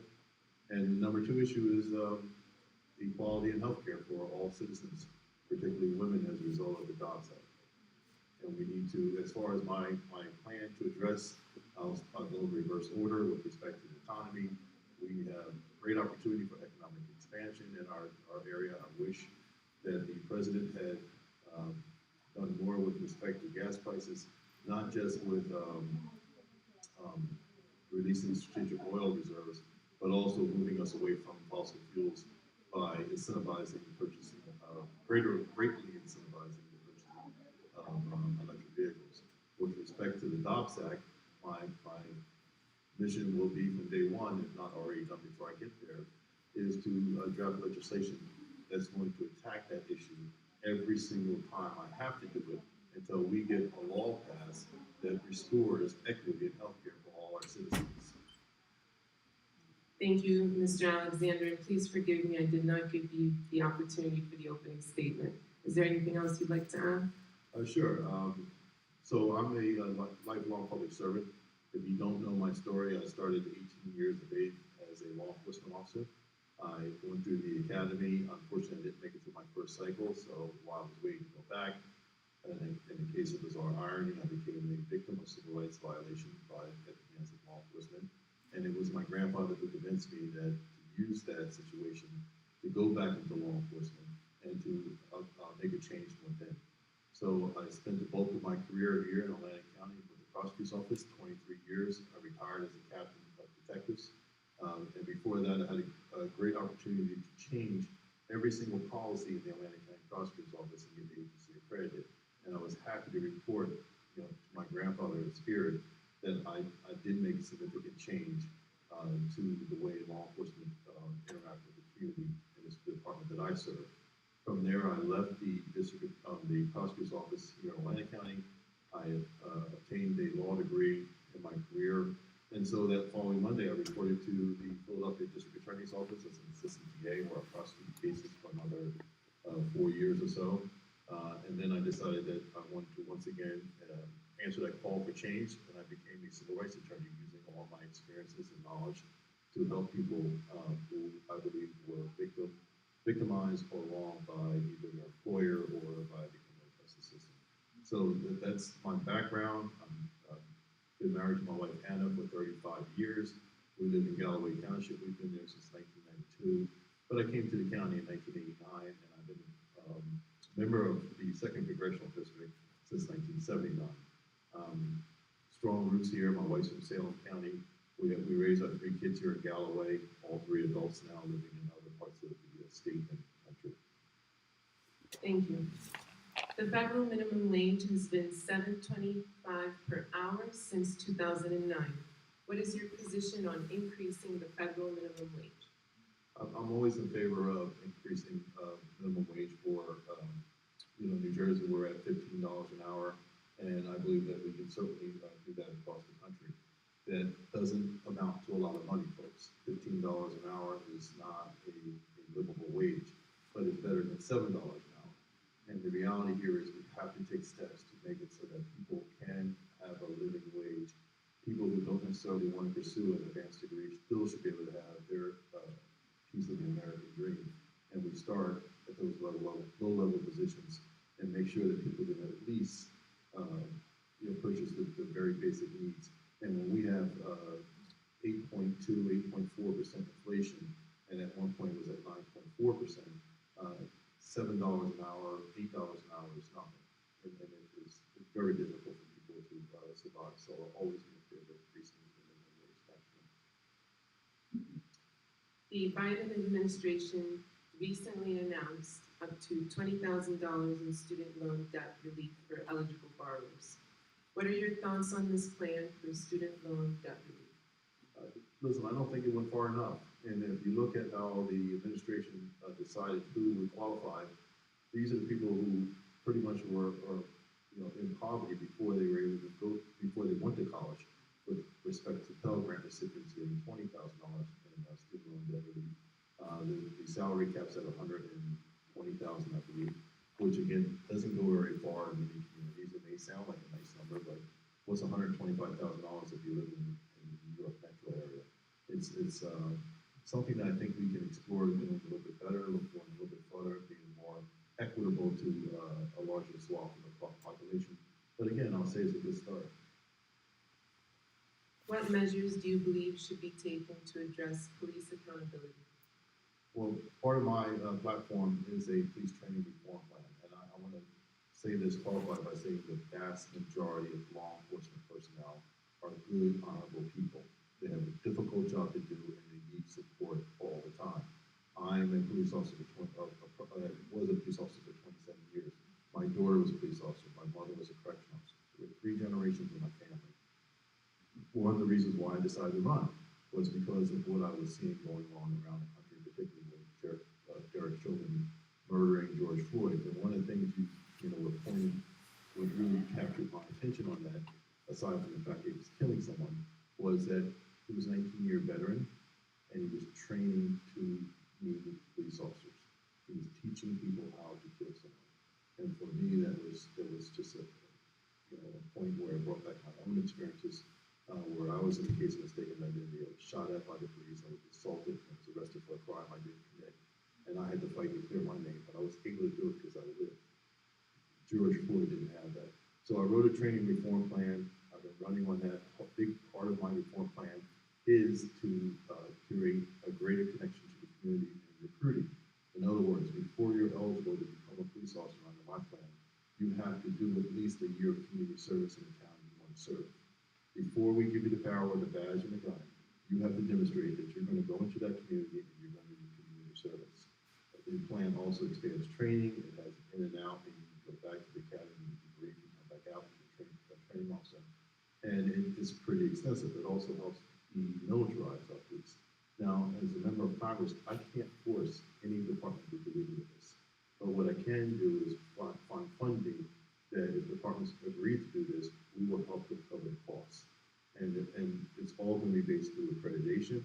We're gonna work with the accreditation agency, authority to make sure that they tweak the policies to give us the very best possible product we can have. And the biggest goal of this is that people coming onto the force are always mindful that they're servants. They are not policing people, they are serving people. And we want that connection with our law enforcement officers. Not that they're looking at us like we're any moment now going to cause them harm. And it's going to take some time. It's going to be through attrition to get rid of these dysfunctional norms in some departments, but it can be done as long as we don't issue unfunded mandates. So the bottom line is, it's paid for through the $6 billion training budget that we have in the federal government, where I want to appeal some of that money, so we don't have to increase taxes to do this. And two, we incentivize departments through non-competitive grants, that if they agree to do this, we will make sure that they have the funding to do it. We don't have to compete with the Indian law enforcement agencies. What legislation would you propose to improve the affordability of healthcare and prescriptions? With respect to, and that's a complex answer, so let's talk about Medicare for a second. One of the biggest problems I have with Medicare is that it does not recognize that our teeth, our eyes, and our ears are attached to our body, and it should be one plan. We should not have Medicare Advantage A, B, C, and D. One insurance. That being said, it's costly, right? It's very expensive. So how do we pay for this? I'll say this as an aside. Nothing I propose will increase taxes. I'm not going to be in favor of increasing taxes, ever. New Jerseyans cannot afford another tax. That being said, again, what I propose is that we open up Medicare to people like me. I'm a retired law enforcement officer. I pay into the state health benefits. It just went up in January, so I'm paying up to $1,300 a month for my wife and I for our health insurance. If I could buy into Medicare at $600, $800, $900, I would do it. But Medicare has to be on par with my current insurance, Blue Cross Blue Shield. So we increase the payments to providers.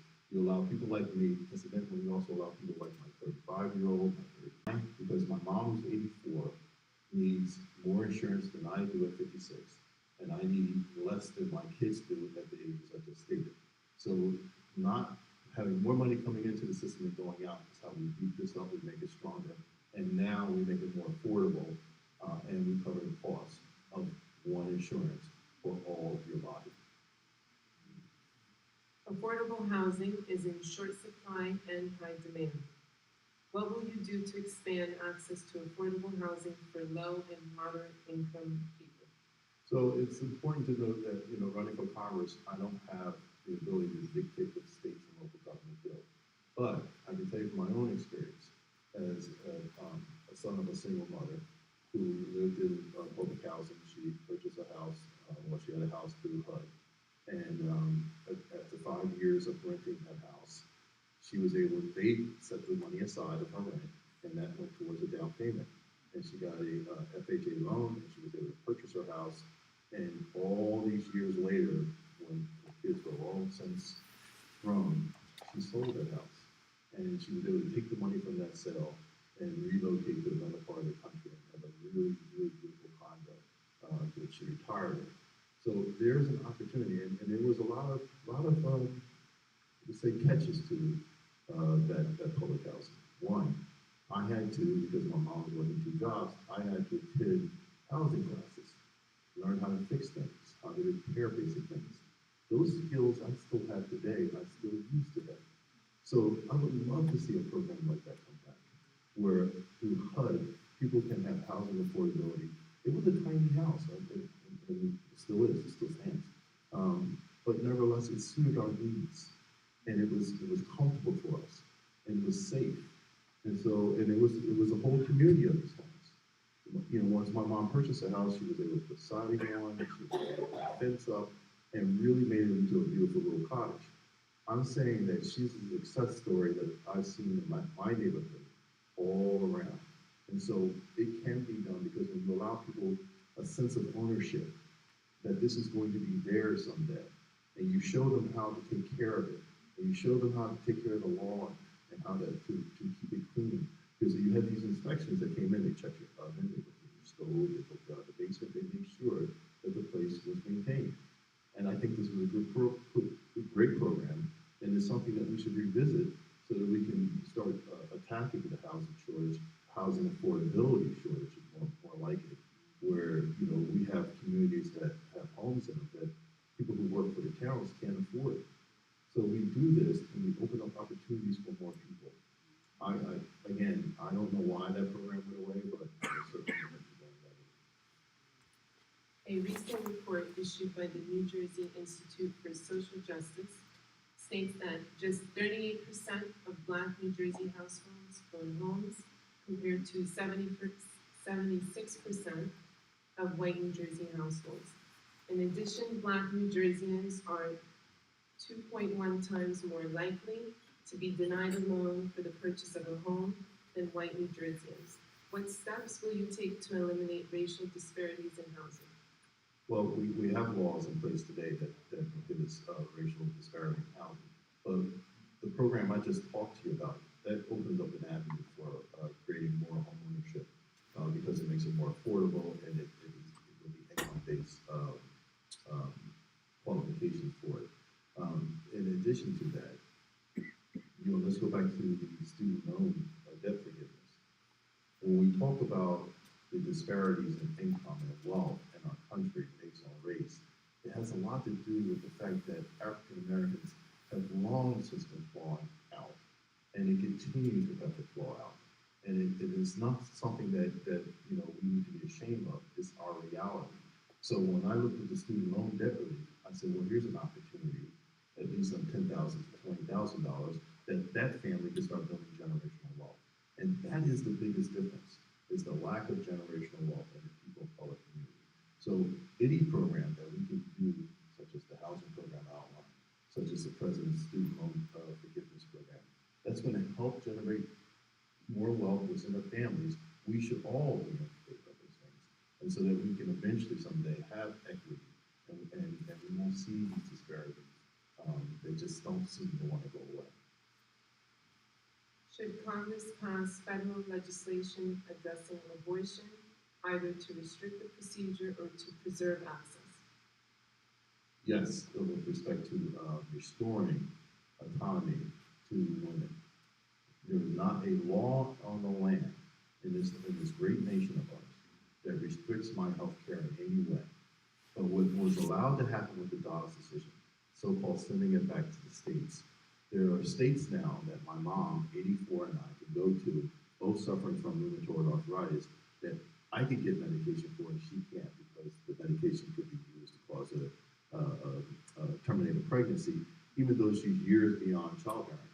And so when you look at those responses to what happened with Dobbs, and you hear the stories of women who actually suffered through the horrors of a miscarriage, only to go to the emergency room and then to be turned away because the doctors won't perform the procedure to remove the stillborn child from them. Desperately, we need a federal law to restore equity in healthcare. That is the argument. When it comes to whether or not a person has an abortion, I'm a man. I cannot ever have that thought, that idea that my body is not capable of producing a child, so I'll never face that decision. Therefore, I shouldn't have an opinion on it, because what am I talking about? The reality here is that it's for women and their doctors, and if they so choose their God to make that decision. It is not for man to be involved in. So I will 100% wholeheartedly endorse and support legislation that restores those rights. Last question. What voting rights and election practices must be available for all voters nationwide? And what will you do to make sure those are available to all voters in time for the 2024 presidential election? As to John Lewis voting comes out, I will do everything I can to and support that, to get that act through. That's going to remove any barriers that have been put in place, restricting people's access to the polls. It also helps remove the big money from campaigns that I'm experiencing firsthand. So I can tell you, I would be in favor of removing that issue in and of itself. So we have to make sure that people have that constitutional right, that guarantee to be able to cast their ballot unmolested, unharassed, without restrictions that don't apply to everyone else. The reality here, folks, is that we desperately need John Lewis passed immediately. And I will do everything I can to support that and help get it through. Thank you. And your closing statement. So I think the glaring difference between myself and my opponent is, one, I'm always here. This is my community. This is my district. I have knocked on doors. I have knocked on doors in this district to be told we've never had any politician knock on our door, at least alone someone running for Congress. And I can't understand how that's so. So I will promise you this. I will be everywhere I possibly can to make sure that everybody has access. I will have town hall meetings.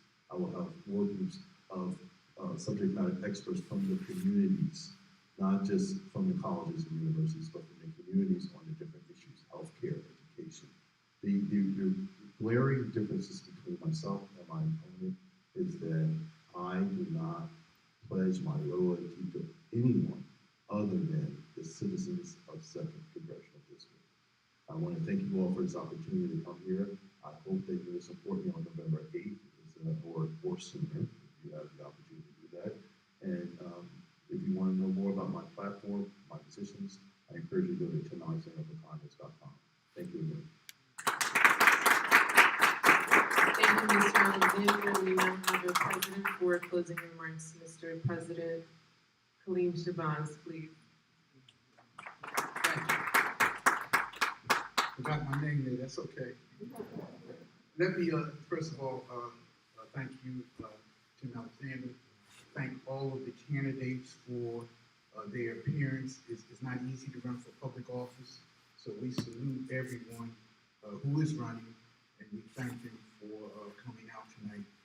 Secondly, let me thank all of you who are in attendance in person here at MLK School, and all of you who are listening on the radio. Then let me thank our brother beloved Deacon William Hawks, who is the founder and the president and the CEO of WAJ. We appreciate him. This is a tremendous community service for people who are working, or for people who, like my brother said, he's got the baseball game on mute, Kim, and he's listening to this on radio. So we salute Brother Hawks for allowing us to do this and being our partner. Every year, I've been blessed to be the president of the NAACP in Lansing for 6 years, and Hawks is our media partner every year, and we appreciate it. I don't want you to think that we take it for granted. We don't take it for granted. We appreciate it. You don't have to do it. You can do it gratis as a community service, and we appreciate it. Let me say that. Also, let me do a commercial. Every Tuesday from 4:30 to 5:30, the NAACP has a radio program on WAJ 88.7 and 100.3 FM. We ask you to tune into that. Let me say some thank yous for tonight, starting in no particular order with Reverend Stafford Miller, who was one of our moderators. Thank you, Reverend Miller. As always, Reverend Miller does a very excellent job. Helen Keokas, who is our political co-chair, along with Reverend Miller, always does an excellent job and always is well prepared and so calm. And despite what is happening, Helen is always calm, and we appreciate her. Mariam Sirhan, who was our last moderator, a very intelligent young lady, and we are thankful for her energy and her youthful enthusiasm. Michael Johnson, who is our traditional timekeeper every year, we thank Brother Johnson. He lets everybody stay in line, and he makes sure that they keep their time. And I say that because the NAACP, like everyone else, has a brand. Bishop, every organization has a brand. And our brand is that we are objective, we don't endorse candidates, we encourage people to vote, we encourage people to register, and when we have these events, as we said before, it's an unfiltered chance for the candidates to talk to voters. That's what we do. Let me also thank Rick Kason, who is back there. He's helping us live stream, and we're on Facebook Live WHA. We're on YouTube, thanks to Rick Kason, and we're live on WHA, and obviously we're here, and we're thankful for that. We want to thank the Atlanta City Board of Education for approving our application to be in the building. We want to thank Principal Burrows, who is my neighbor and my constituent. She is the principal here. She does an outstanding job with our youngsters. I want to also say that for the third Monday in January is Martin Luther King's Day. Last year, because of COVID, we couldn't do a walk and what we normally do. It's my understanding, I'm looking at Bishop Harwood because he's involved in Atlantic Care, and unless he says no, we're going to do our walk this year based on the health conditions and obviously based on weather, if it's not inclement weather. We gather here at 10:30 in front of MLK school complex. We walk from here to the Civil Rights Garden. We have a brief ceremony in the Civil Rights Garden. Then we go to St. James, which we're hopeful this year we will be in person at St. James, 12 o'clock noon for our MLK program.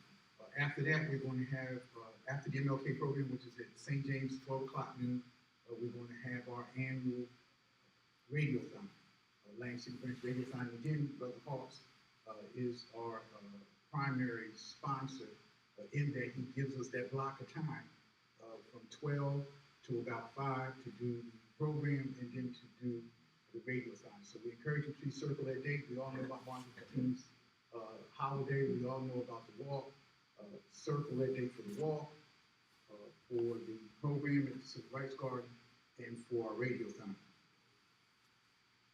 Lastly, but not least, the last Saturday in April is going to be our Freedom Fund fundraiser. It's going to be a dinner at Hard Rock. And this year, I think you're going to be surprised and enthused by our speaker working on a nationally known speaker, and hopefully we'll be able to announce that. That's the last Saturday in April 2023. 2023. So we'll finish a little early. I have never heard candidates talk as quickly as the candidates talk tonight. I am not shocked, but surprised. I guess maybe people want to go home and watch the Phillies or watch the Sixers or whatever. We thank again all the candidates, all of the candidates. We thank all of the candidates for coming tonight. Thank you very much. Brother Hawks, appreciate it. Thank you.